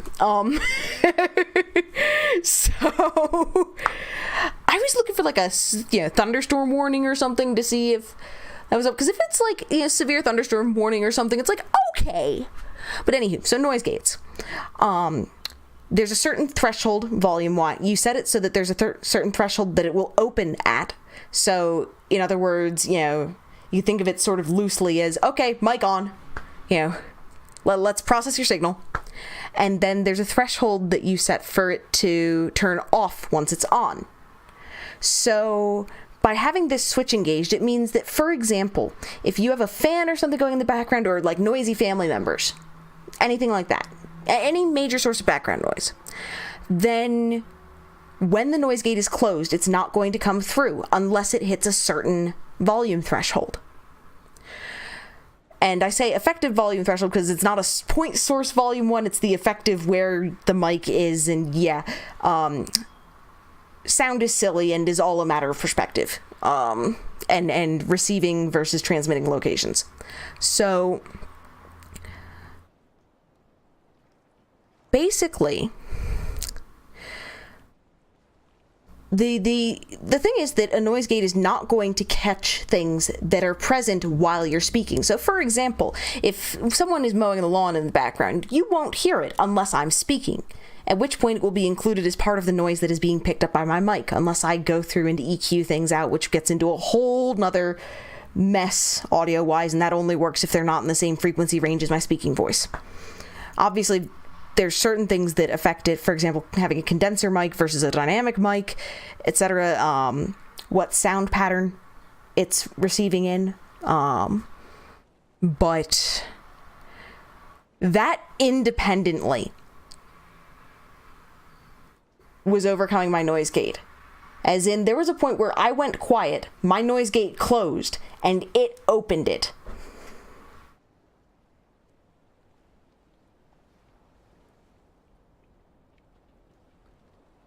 Good job, weather forecast. I'm going to take a quick BRB and see what's going on a sec. I need to refill my water bottle anyways. So, side note, on the off chance that the stream dies, assume it's a weather-related one, in which case I won't be back today probably unless things stabilize. I don't expect that to happen, more just a, by the way, just in case. It's not that the house burned down or anything. So, give me a quick BRB. I'm going to scope things out, get a sense for how much longer the stream's going to be, check in with the dingus. We're going to call it a 5 to 10 minute break. So, BRB. Assuming that is it gonna listen? There we go.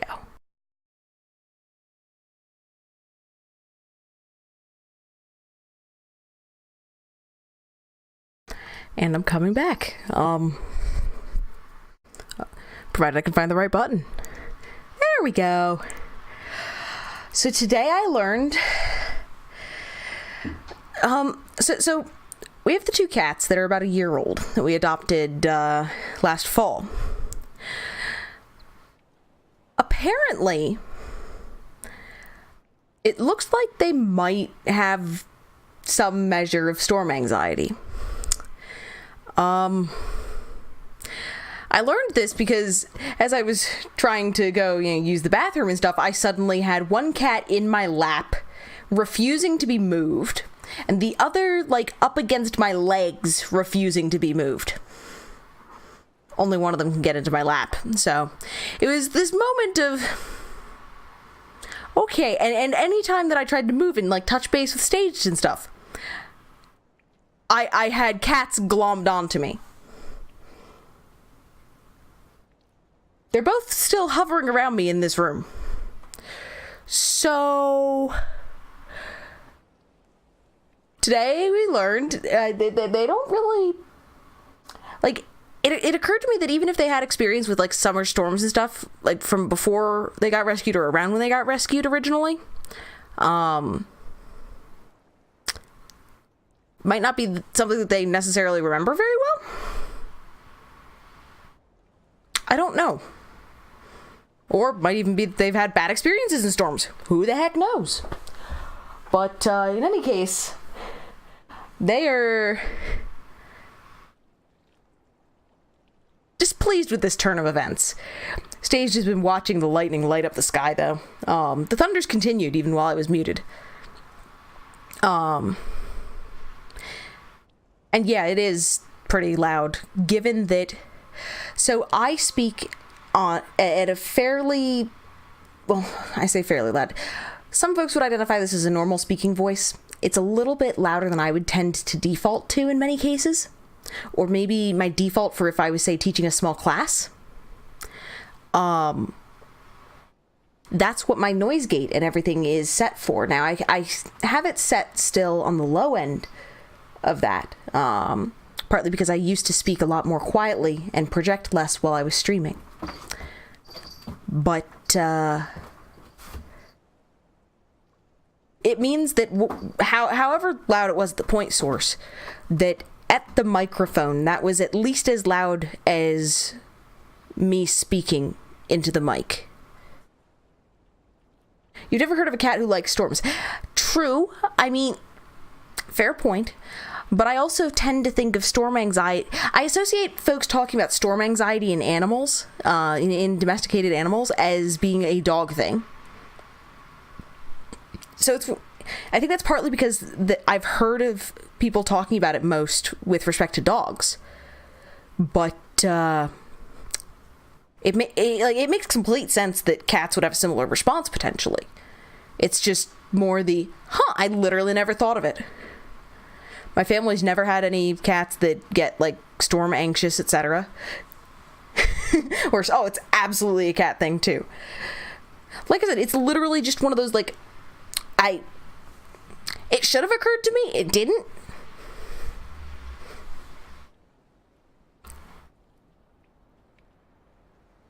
Then again, who knows? It might have been something in my family's cats, and I just wasn't as cognizant of it. I am far more attentive to these 2 cats than I have been to my family's animals at different points, with one exception. Two exceptions, sorry. But generally, like I hate using the term because there's so many associations that go with it. They're basically my fur babies. They're my kids. But it does mean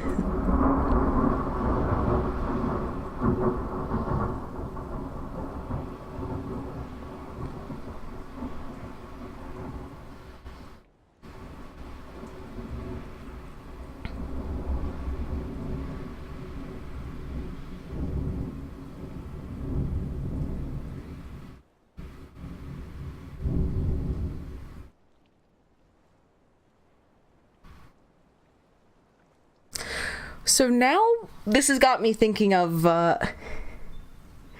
so some folks, their GI tracts are not necessarily completely happy when digesting things and make all sorts of, noises. And it's not even like gas or anything that's being passed. It's just all these loud gurgles that are audible from across the room. Staged is one of those folks. I'm sitting here sort of side-eyeing the storm and going, because all I can think of now is like some cosmic entity in the clouds having like some odd indigestion issues, and this is just their stomach gurgles or something like that. Like a cloud giant or something, I guess. I don't know. Weird thoughts are us. That said, I think I really want to keep streaming for a while, but I recognize that I probably shouldn't, and that internet connection may hiccup, power may hiccup, etc. So I think we are probably about to wrap up for the day. I'll go for maybe another 15, 20 minutes, depending. And then, yeah, basically we'll see. Not much longer is the major takeaway. This is your 5-minute warning.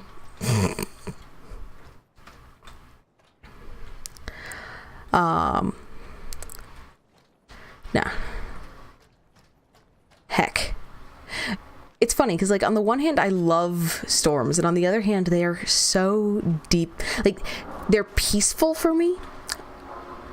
I think partly because I've never lived anywhere that's like really had issues with things like, say, tornadoes or truly really damaging storms, at least like thunderstorms and things, while I've been around. Like, you have them sometimes, but not the cataclysmic sorts of ones. And I also, so there's like sort of this peacefulness that I find in them, with the white noise of the pitter patter of rain and the rumbles of thunder, and it's soothing to me. I think part of it is just that I have low frequency sounds end up being a really soothing thing for me, in many cases. So on the other hand, they're incredibly distracting. Welcome on in, Cosmo. Which hopefully there won't be any power over Hopefully there won't be any power over Ethernet incidents. There we go. Yeah, that would be no bueno. This is just the thunder just keeps going. Rain is the best. No bugs, no allergies, no overheating, peace and quiet. The biggest problem that I have is with humidity around things like rainstorms happening. I cannot stand high humidity. Like, I melt. It's really bad. That's not quite a puzzle, but it feels like it wants to be. Humidity is your friend. I got you. Nah, I do not tolerate humidity particularly well. It is... I prefer cooler temperatures and low humidity and all those friendly things that keep me from melting. Your skin is all scratchy and stuff when it's even got you. And beef, only when it's super sunny in summer do you get any kind of humidity. I got you. I've grown up around the Philly area in the US, so it's the kind of thing where you're close enough to sort of some of the ocean environments to have that mediate the temperatures some. It's not like being on the coast itself and having the direct influence of air masses that have been over open water, but you still get some of those general climatological influences. Why am I running up here?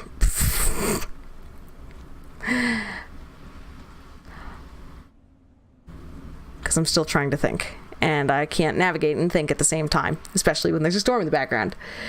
But and like I went further north to go to school.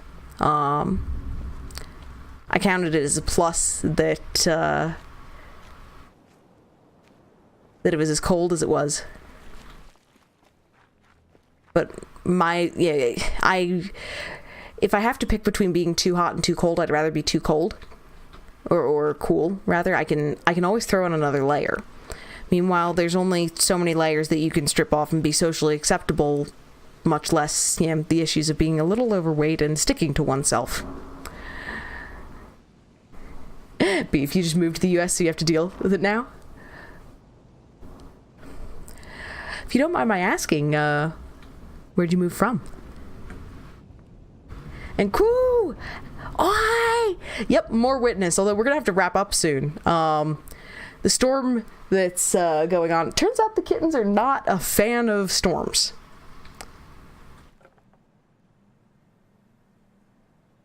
Back in the... Thank you. My apologies. I missed that message. I'm a dingus. Yeah, dude, I definitely get a slap on the wrist for that. I need to read better. And MQ same, humidity sucks. So, multiple folks from the UK. Or, no, who've moved to the US. There we go. So you just moved to New York City from Korea. Wow. Seems like a big change. Much to my chagrin, I must admit, I have not been abroad yet. I had my passport and everything while I was a student and was about 30 miles south of the Canadian border, but on the US side. For, 6 years, I never managed to go to Canada, even. I do want to travel at some point, though.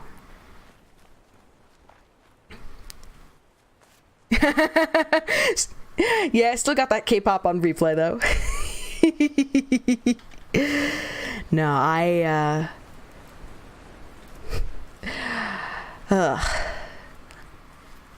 want to visit quite a few places, really. But, so let's see, we've done that obelisk. Why am I running there? Because of habit. I'm running away from the one that we were working on, although I should really stop by and check in. And the thunder rolls. K-pop's a lot better when you can understand the words. Or is that with respect to travel? Or both? Unclear antecedents. Language is hard. So we still have the mirrored swooshes that I was talking about earlier, that I thought might have something to do with the boat, because the boat, the front end of it, has a circle that shoots up. coming out of it. So I was thinking that it might be something like that. It still could be, but the place that I was thinking of it being located, so the beach port area, does not appear to be the case, or at least not at a glance. We have 2 more environmental puzzles that are somewhere in the Tetramino swamp, but otherwise we've gotten this one. We still have the village one to do a bunch of stuff in, and we also still have 4 in the desert.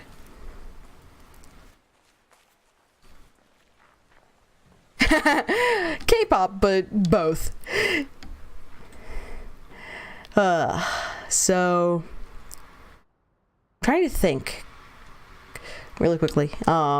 So the middle cluster of 8 are the ones that we still have to do for the village obelisk. The top, I should really be indicating with a mouse. So this one is the one that's associated with the one movie, and I have to just the Eclipse one, and I have to implement the solution. There's this one, which is at the start of the game. This, I think, was one of the ones that's based off of the castle. I think this one is the moss swoosh at the end of the thingamabob, which means that I'm keeping an eye out for these puzzles.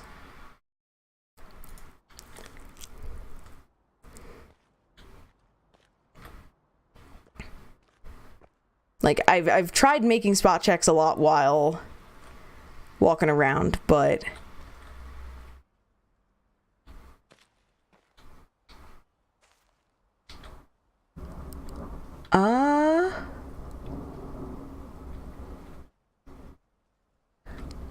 that circle's not visible from the...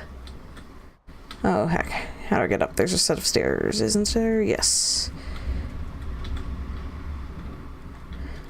So there's a circle that's not visible from here, so... Okay, I need to retract that.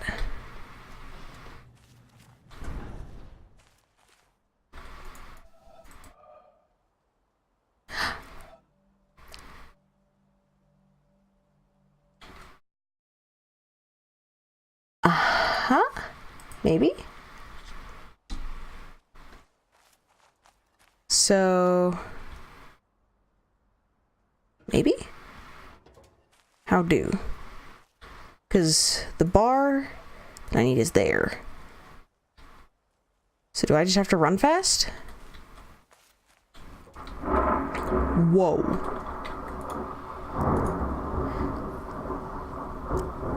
Hold up. Goes like this. Or do I have to... Oh. I have to figure out some combination of these things, don't I? Right, because... Okay. So these sliders can also move, maybe? Maybe? Let me check the puzzle configuration. Oh, no. The 2 there can't. So... Oh. This is literally just don't put the damn thing out all the way.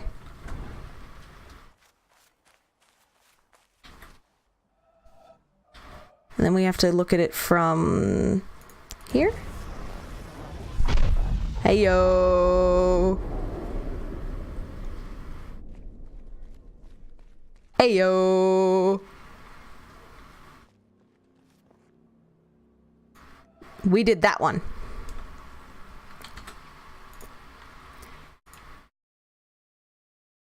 We're gonna...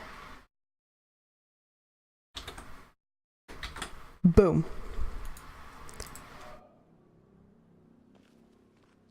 Some loud thunder must be in the eye of the storm, I guess.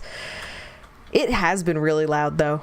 The kittens are not pleased with this development, which is part of why we're going to be wrapping up very shortly. Because they very much want to be, like, pressed up against me. Hold me, mommy. Sorts of stuff. So I've been putting this one off for ages because it frustrated me. Oh, I need to walk down the ramp, right?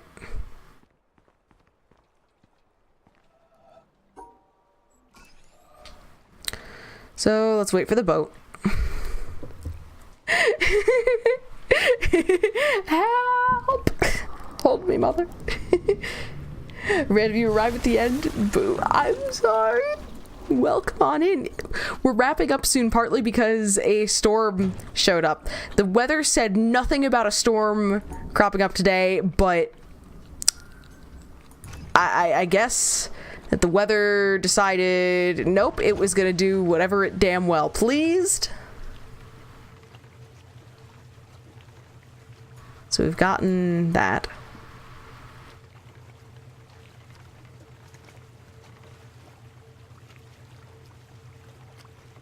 I can feel the temperature dropping.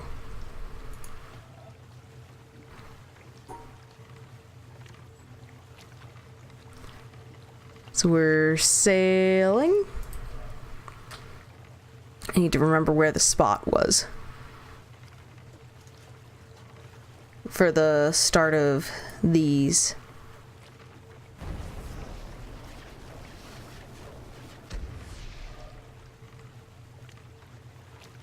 Oh! Oh, that's genius. Hold up, hold up, hold up. Hold up. It's not one that's on the castle itself. It's the reflection in the water.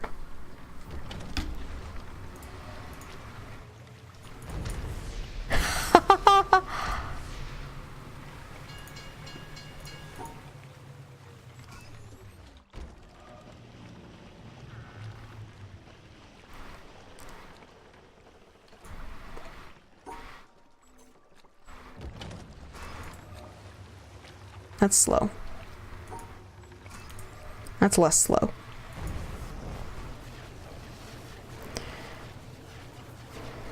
This is fantastic.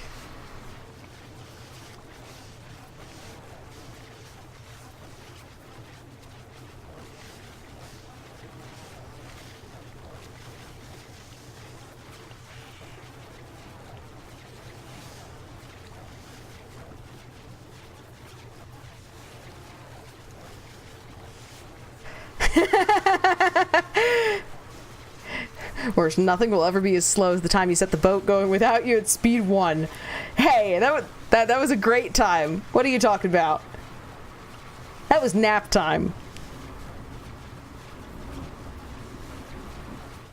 Okay.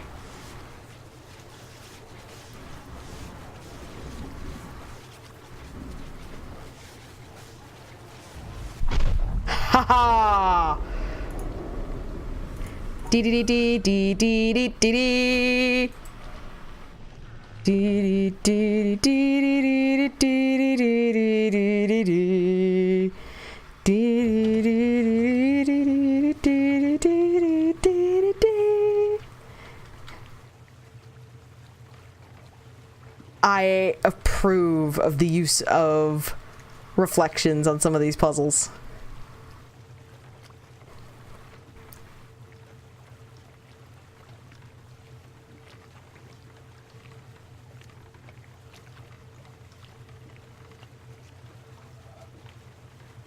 Now, something that I need to sort out still.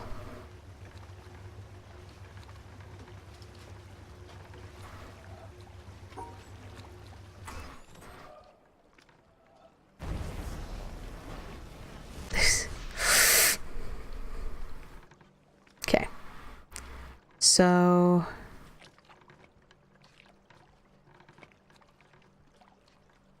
hold on. I need to really quickly update this anyways. So we got this one.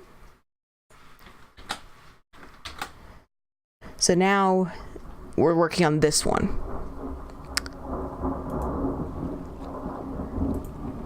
So we're gonna creep a little further, I guess.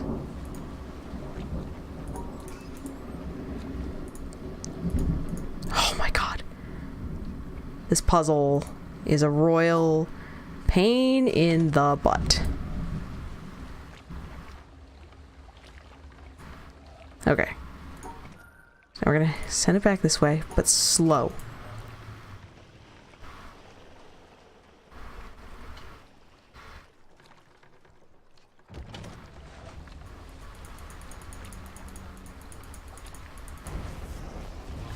Got it. That was a speed puzzle.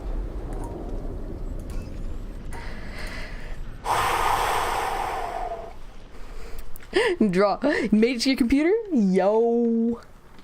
So really quickly, while that work's ongoing, we're gonna mark this off. So we've gotten 7 of the remaining environmentals today out of 20. Now some of them we knew about, but some of them we didn't.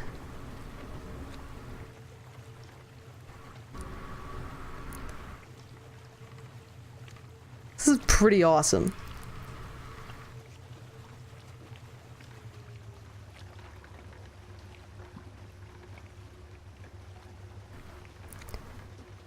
Nah, this is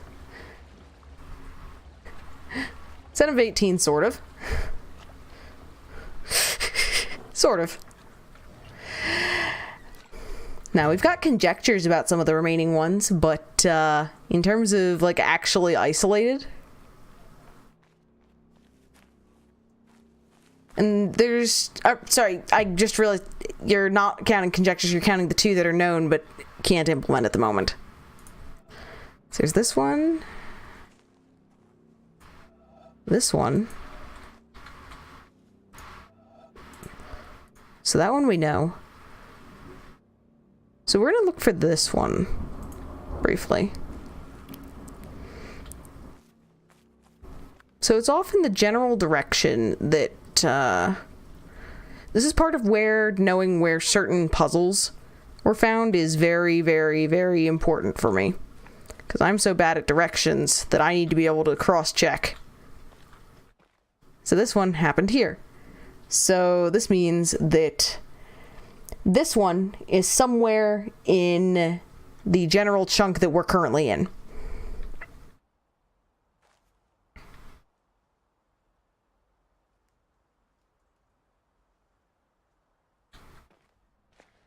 The other question is whether there's more puzzles available underneath of this. Wouldn't call it likely, but I wouldn't rule it out.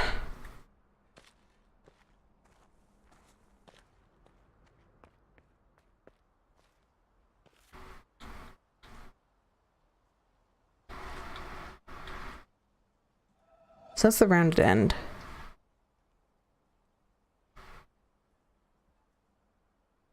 And that bar has to be there. Okay, so no, that one's fine.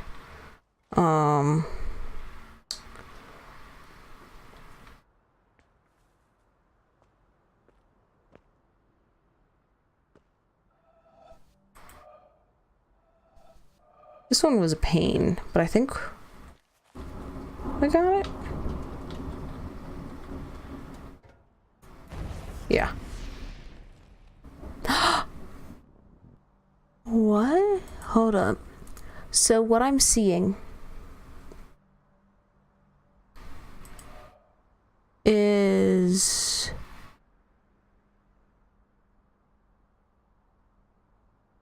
maybe? I don't think that there's anything more there, but the question is, can I find something green that would include the correct portion of that? Probably not. Yeah. Because it would need to be like a bush or something over here. I noticed that there was some suggestion of a path among the green as well.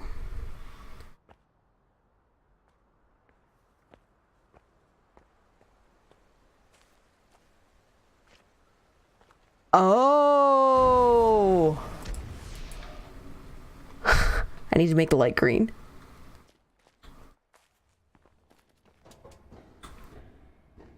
Over this way. So we need green light. So...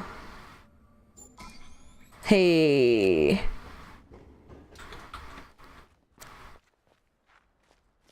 We are having an awesome day. Oop.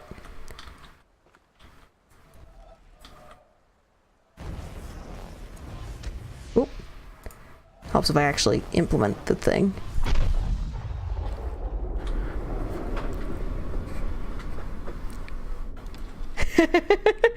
Doing my little dance. Because that was just this one.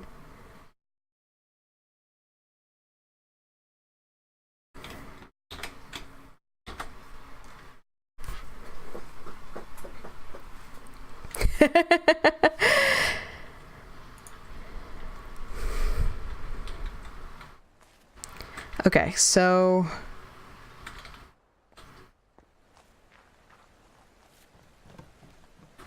I can't help but think the bridge is one, but I don't know if one it is and two if it's resolved. Draw, looks like you returned in time for progress. Yeah! I'm bad at navigating. So here we can't see the end portion.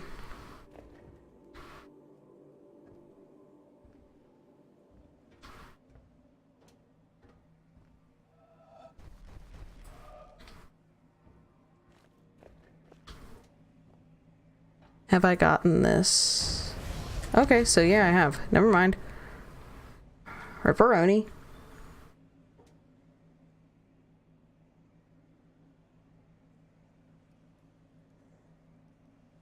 So...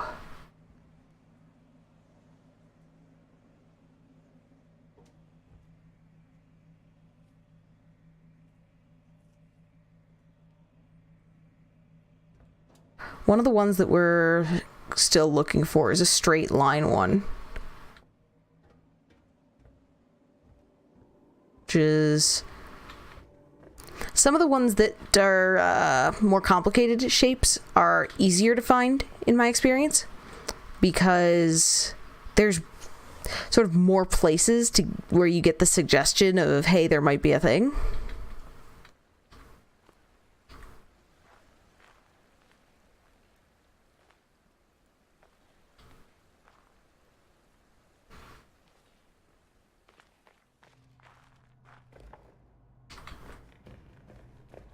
So...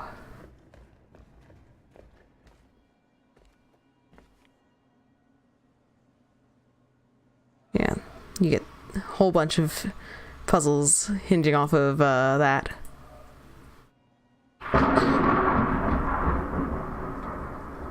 I just got jump scared by lightning. Well, thunder. I saw a light out of the corner of my eye, and then the thunder hit, and I jump scared. Oh, heck. So what I just noticed is probably not useful. Yeah, probably not. I don't think that'll manifest as a rounded end that corresponds to this in a straight line unless we're maybe there at the edge.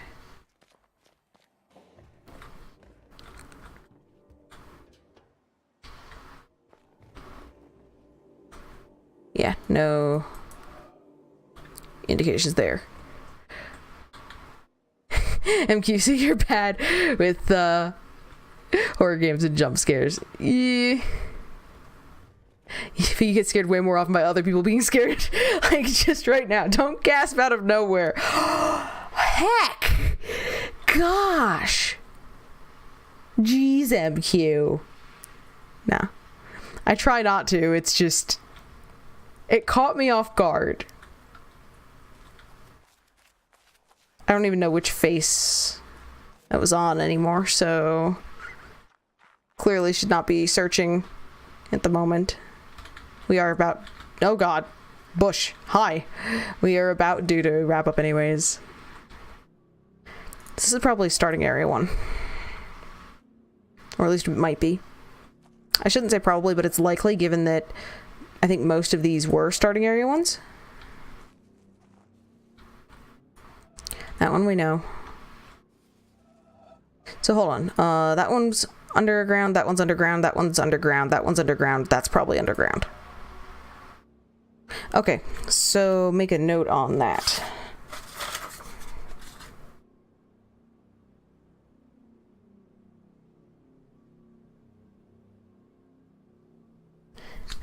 If I find one more, I'll have done half this stream.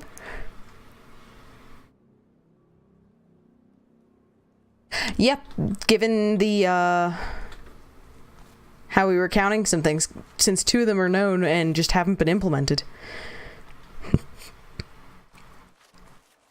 This is what happens when I'm not being a total scatterbrained dingbat. So the one that I'm looking for in the starting area-ish is this one. Since that we're supposing is below ground, this one we know is below ground, this we know is by the starting area, and it corresponds to a whole bunch of others being over the starting area. Really, I should have taken note of that face of things so that I could rule things out.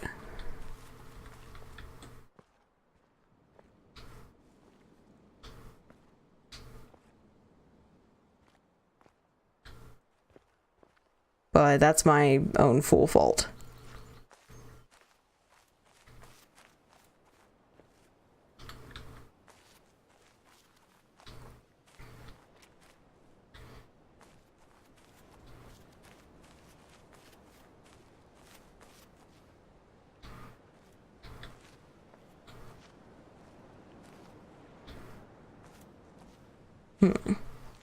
So we are searching. The biggest thing is that in terms of making progress, door?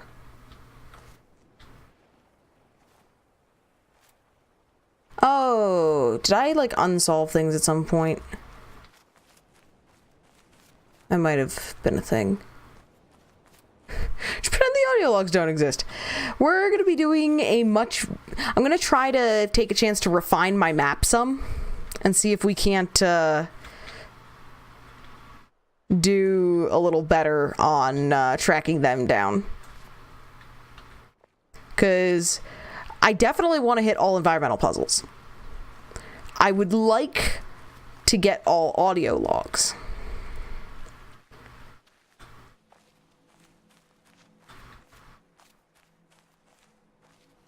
Let's see, so we have things like this, which had to be viewed from up there.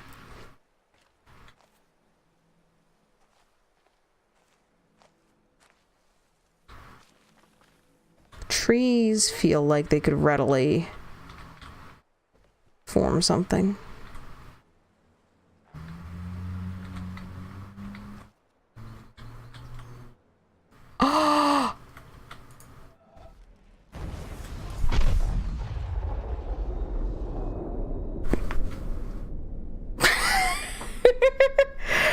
Okay.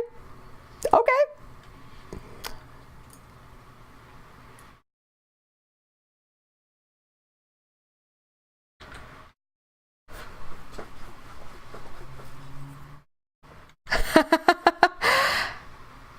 Do those clouds move?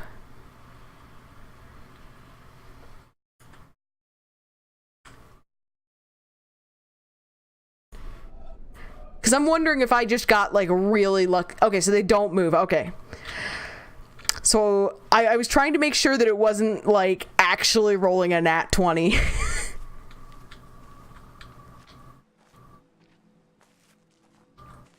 So, I don't even know why I'm poking around anymore.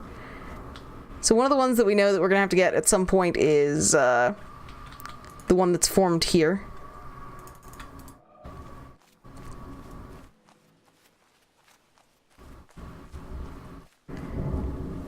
Heck.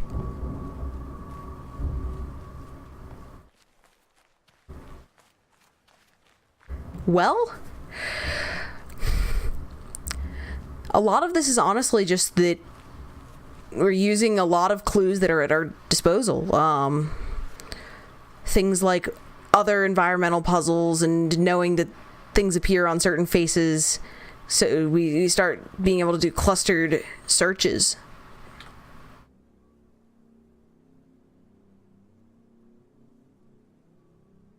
Wait, reflections.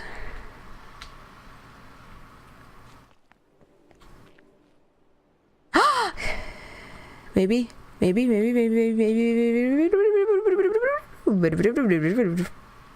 have no idea what I'm doing. Just we're gonna accept that I am incredibly silly and that it works.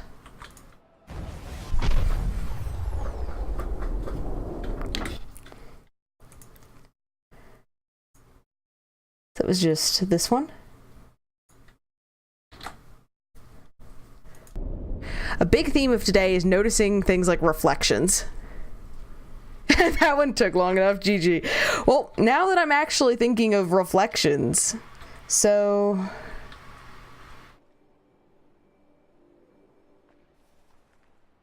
there's one that's like up and across. Which... this one I don't know.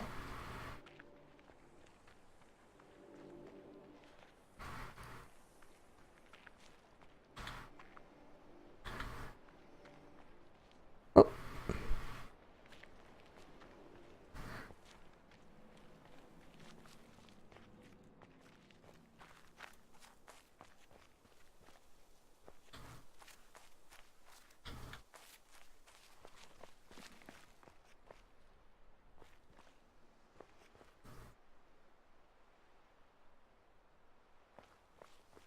Okay. Can I visualize the opposite side?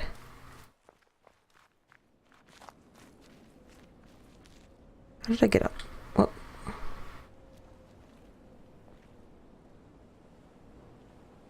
How did I get up there before?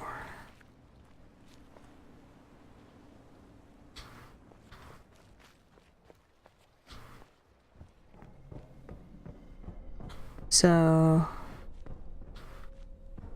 that side doesn't do this.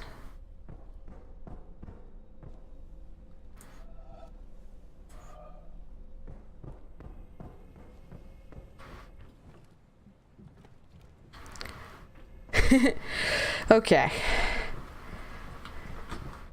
Heck, so much progress. I don't want to stop.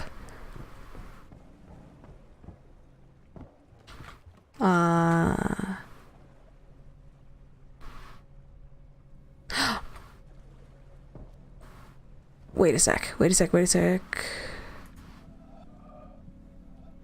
This corresponds to this.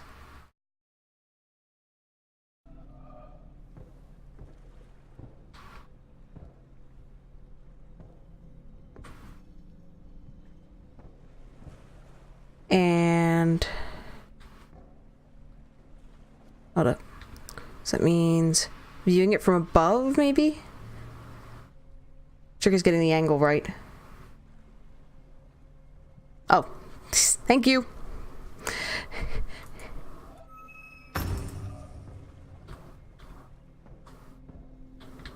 Because clearly we're too close here in order to get a bulb to resolve. Which means I think that we're going to have to view this from up there.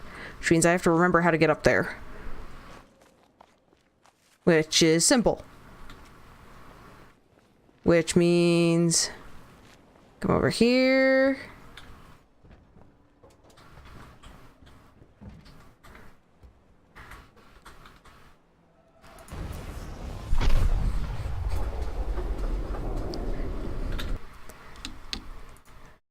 Oh, we are on fire.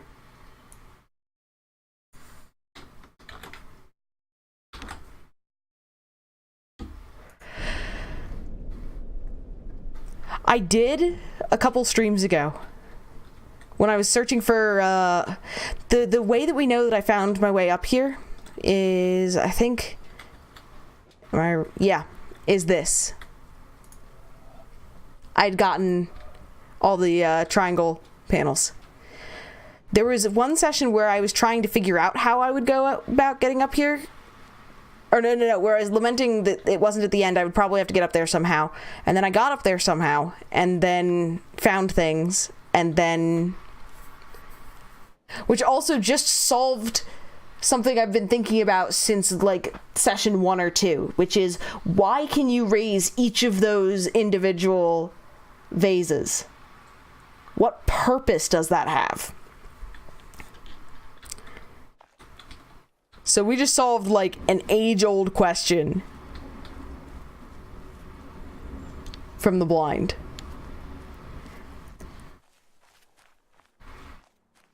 We've gotten 11 today?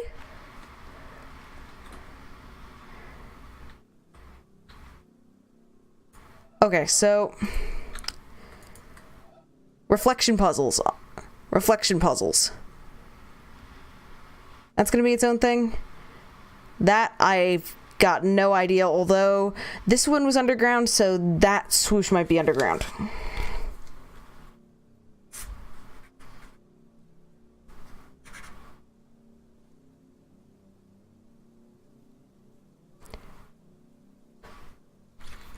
As for this one, I don't know. We're gonna take a quick... So, confirming direction. Right, so temple ones are a bunch of the ones that I just noted, so just start off by heading over to the temple.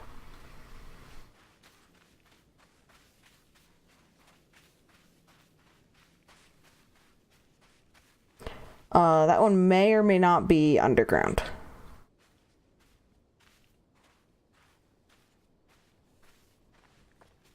It's an outliney sort of one.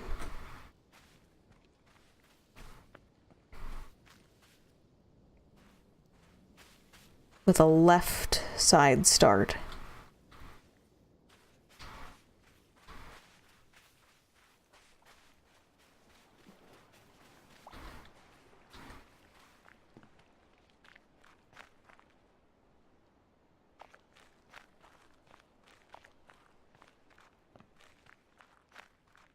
Yep, reflection.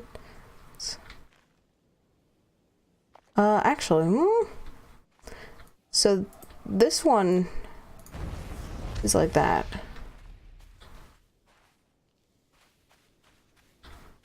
But there's an end point down here, maybe? Sort of. Did I get...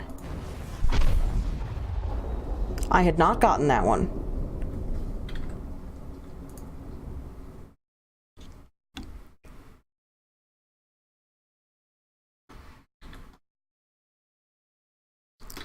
Hey, welcome on in, Ent. How are you doing? So we're at... Oh, geez. What is with the turbo environmental puzzles today?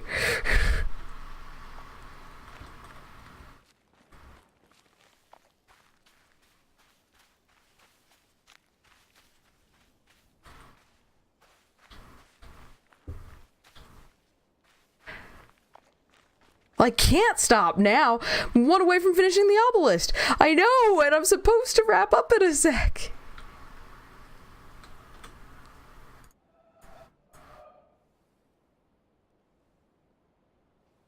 But I don't actually know where the last one might be. Like, I don't have a strong conjecture.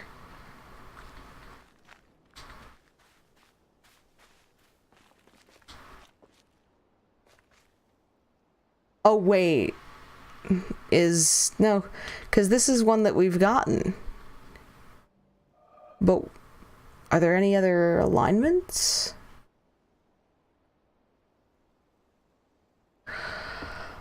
You doing well, and just relaxing? That's good to hear. Nah. I know we've been...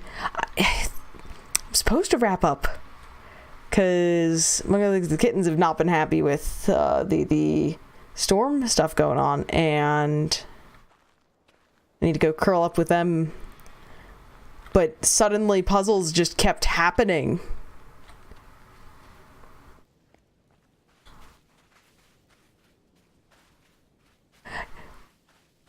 And Oreos. Oh, now I want Oreos. Dang it. So somewhere around Temple. It's one of the outline-ish ones.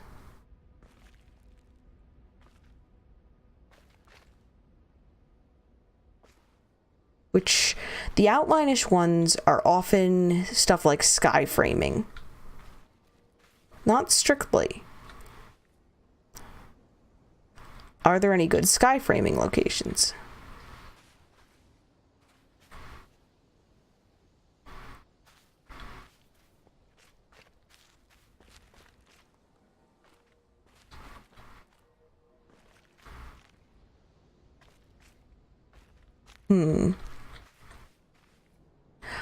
Oh god.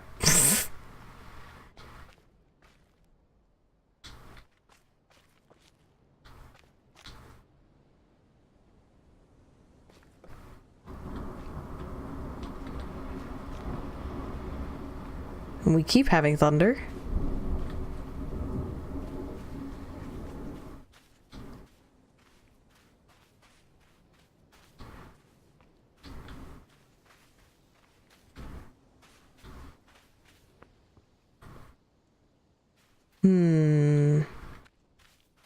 This one might not happen today.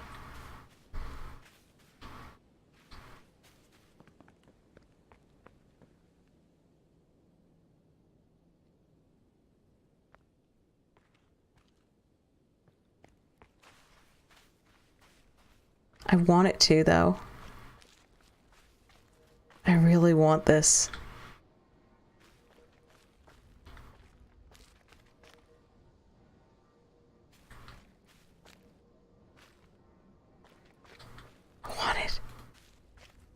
Want it real bad.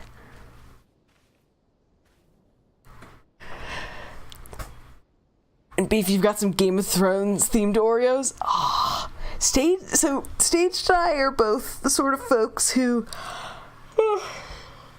in many cases, would rather read books than watch a show. But and he had been waiting for George R.R. Martin to release more books and stuff prior to seeing portions of the show that are past where the books are. And has sort of resigned himself to, this is not really happening anytime soon. So, meanwhile, I have previously watched, I read the series and have watched Game of Thrones for first couple seasons, and then sort of gave up on staying on top of it and would just read summaries because I'm that kind of terrible, at least with respect to that particular show.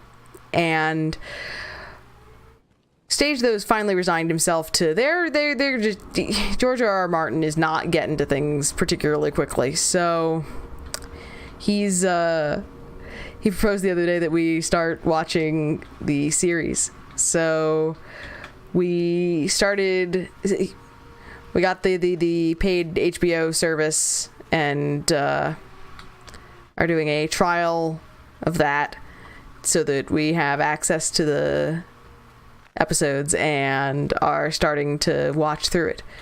So I keep getting suspicious about these patches, because they look like they should form something coherent.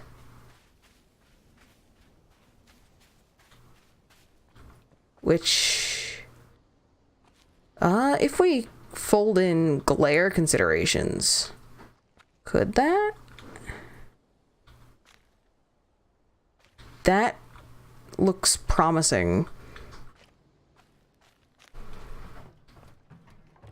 Sort of. Except not. Because that doesn't connect to anything.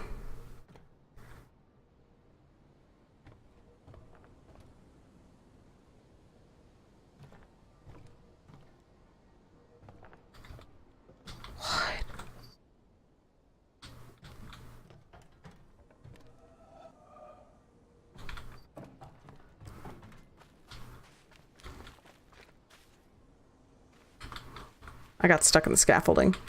Oh gosh. Hi!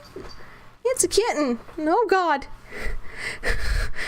My legs just got body checked. Hold on. Hey. Hey. Hey, Justify. Come here. Oh god. Ah! My headphones. Kitten. Don't fall off the table, please. Please don't fall off the table. Don't let my desktop audio be super borked now. Okay, hold on. Audio. Please don't do the thing, Steam. Hey, Steam didn't do the thing. Welcome on in, Magus.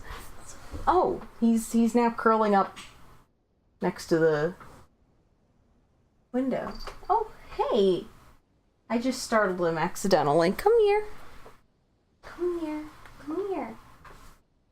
Come here. Come here.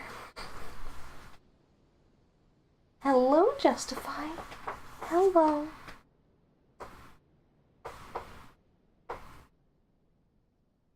Stream. Say hi to Justify.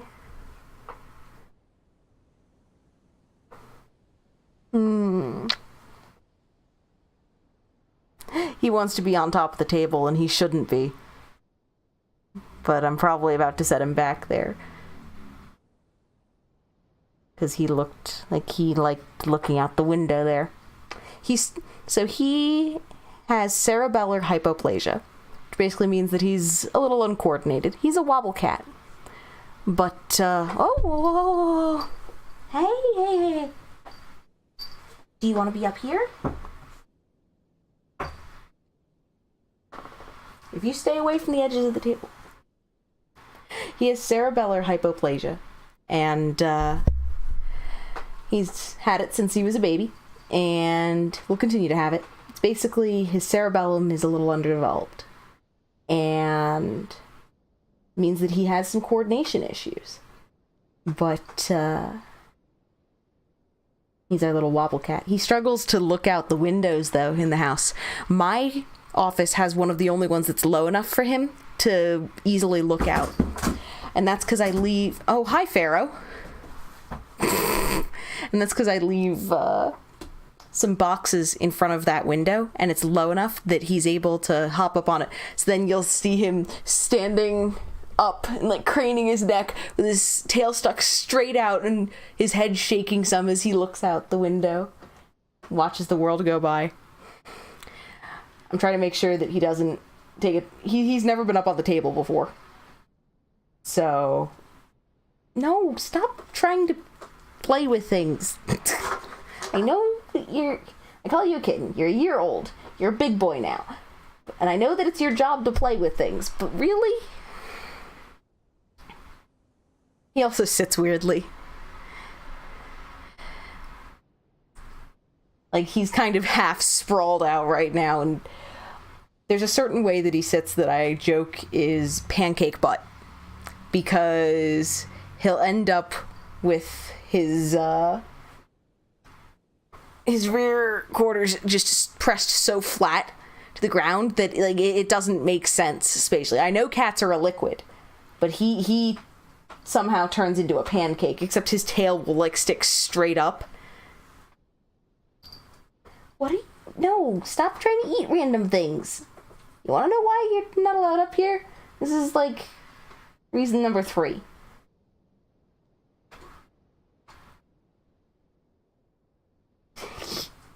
Nah. He's a silly kitten. Meanwhile, Pharaoh hopped up onto a box that's behind the camera. So, if the camera starts shaking, if it looks like there's an earthquake, that's probably his fault. Whoa. Hold on. I need to get Justify off the table.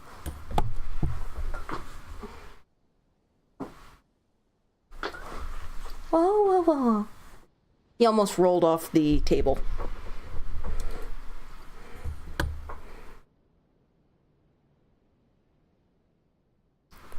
His hobbies include things like punching the microphone, and screaming at me. Whoa! Whoa! And screaming at me while I'm streaming or playing games. That said, I think the cats are telling me that it is decidedly time to end stream. Yes, that is what I'm being told. So, sadly, this means we're not going to be able to quite finish the Desert Obelisk today. I have not figured out next week's schedule yet, so I'll be posting that on probably tomorrow, more likely Monday. It is probably going to be a normal week, and by normal I mean Tuesday, Wednesday, and Friday streams. So Tuesday being The Witness, Wednesday being Hat in Time, and Friday being The Witness, unless by some miracle we hit completion next stream, which I doubt it, given that there's still 20 audio logs to find, and that those spot checks are in some ways harder than environmental ones.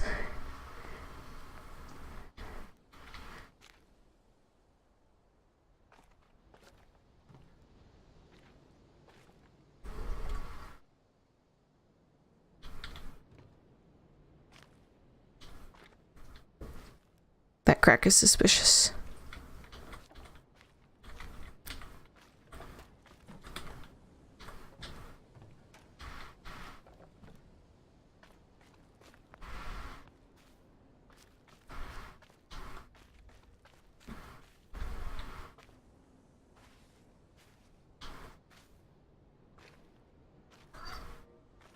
Probably nothing, but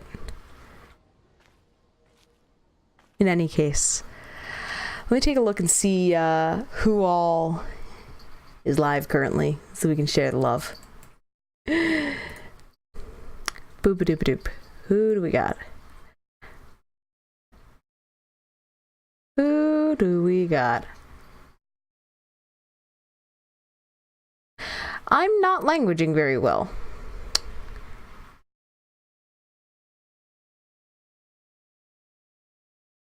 One of the things that happens sometimes is if I, overextend a little bit while streaming, it doesn't even have to be a lot, just a little, is I stop processing language quite so well with respect to,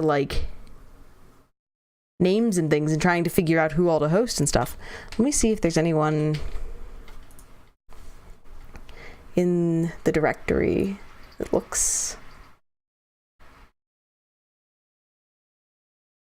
Let me see. Who do we... If I'm gonna host... Speedruns or blinds are what I would go for, but very few folks are listing blinds. In fact, I see one. I don't know.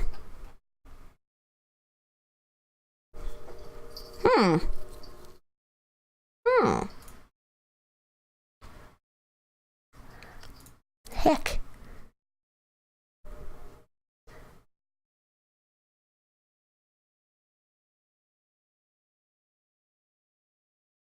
Yeah, okay.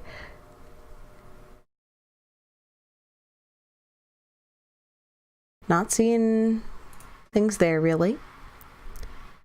I am going to have to do a host and run if we host.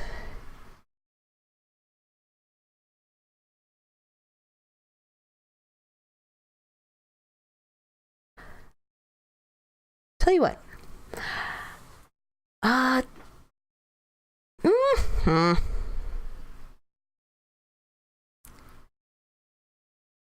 I really don't know. That's why I'm having issues processing. I just realized my ADHD bed's wearing off. On that note, given that that's the case, I hate to not host someone else and share the love. I need to not be staring at bright lights and live. So yeah, my pupils are starting to freak out a little. So on that note, thank you so much. I'll try and get the schedule up tomorrow, maybe Monday, for the coming week. And we're still working on The Witness. So Tuesday and possibly Friday, if you're looking for that, at about 3:30 p.m. EDT. Hatton Time is on Wednesdays at about 5:30 p.m. EDT. So thank you guys so much. I had a blast today. Holy cow. We did a bunch of things. Making spot checks. I don't know if I was taking 20s today or whether I was rolling them. But, nah. Have a great weekend and take care. If you celebrate, happy Easter. And if you don't, then enjoy the day. And keep being awesome. Good night.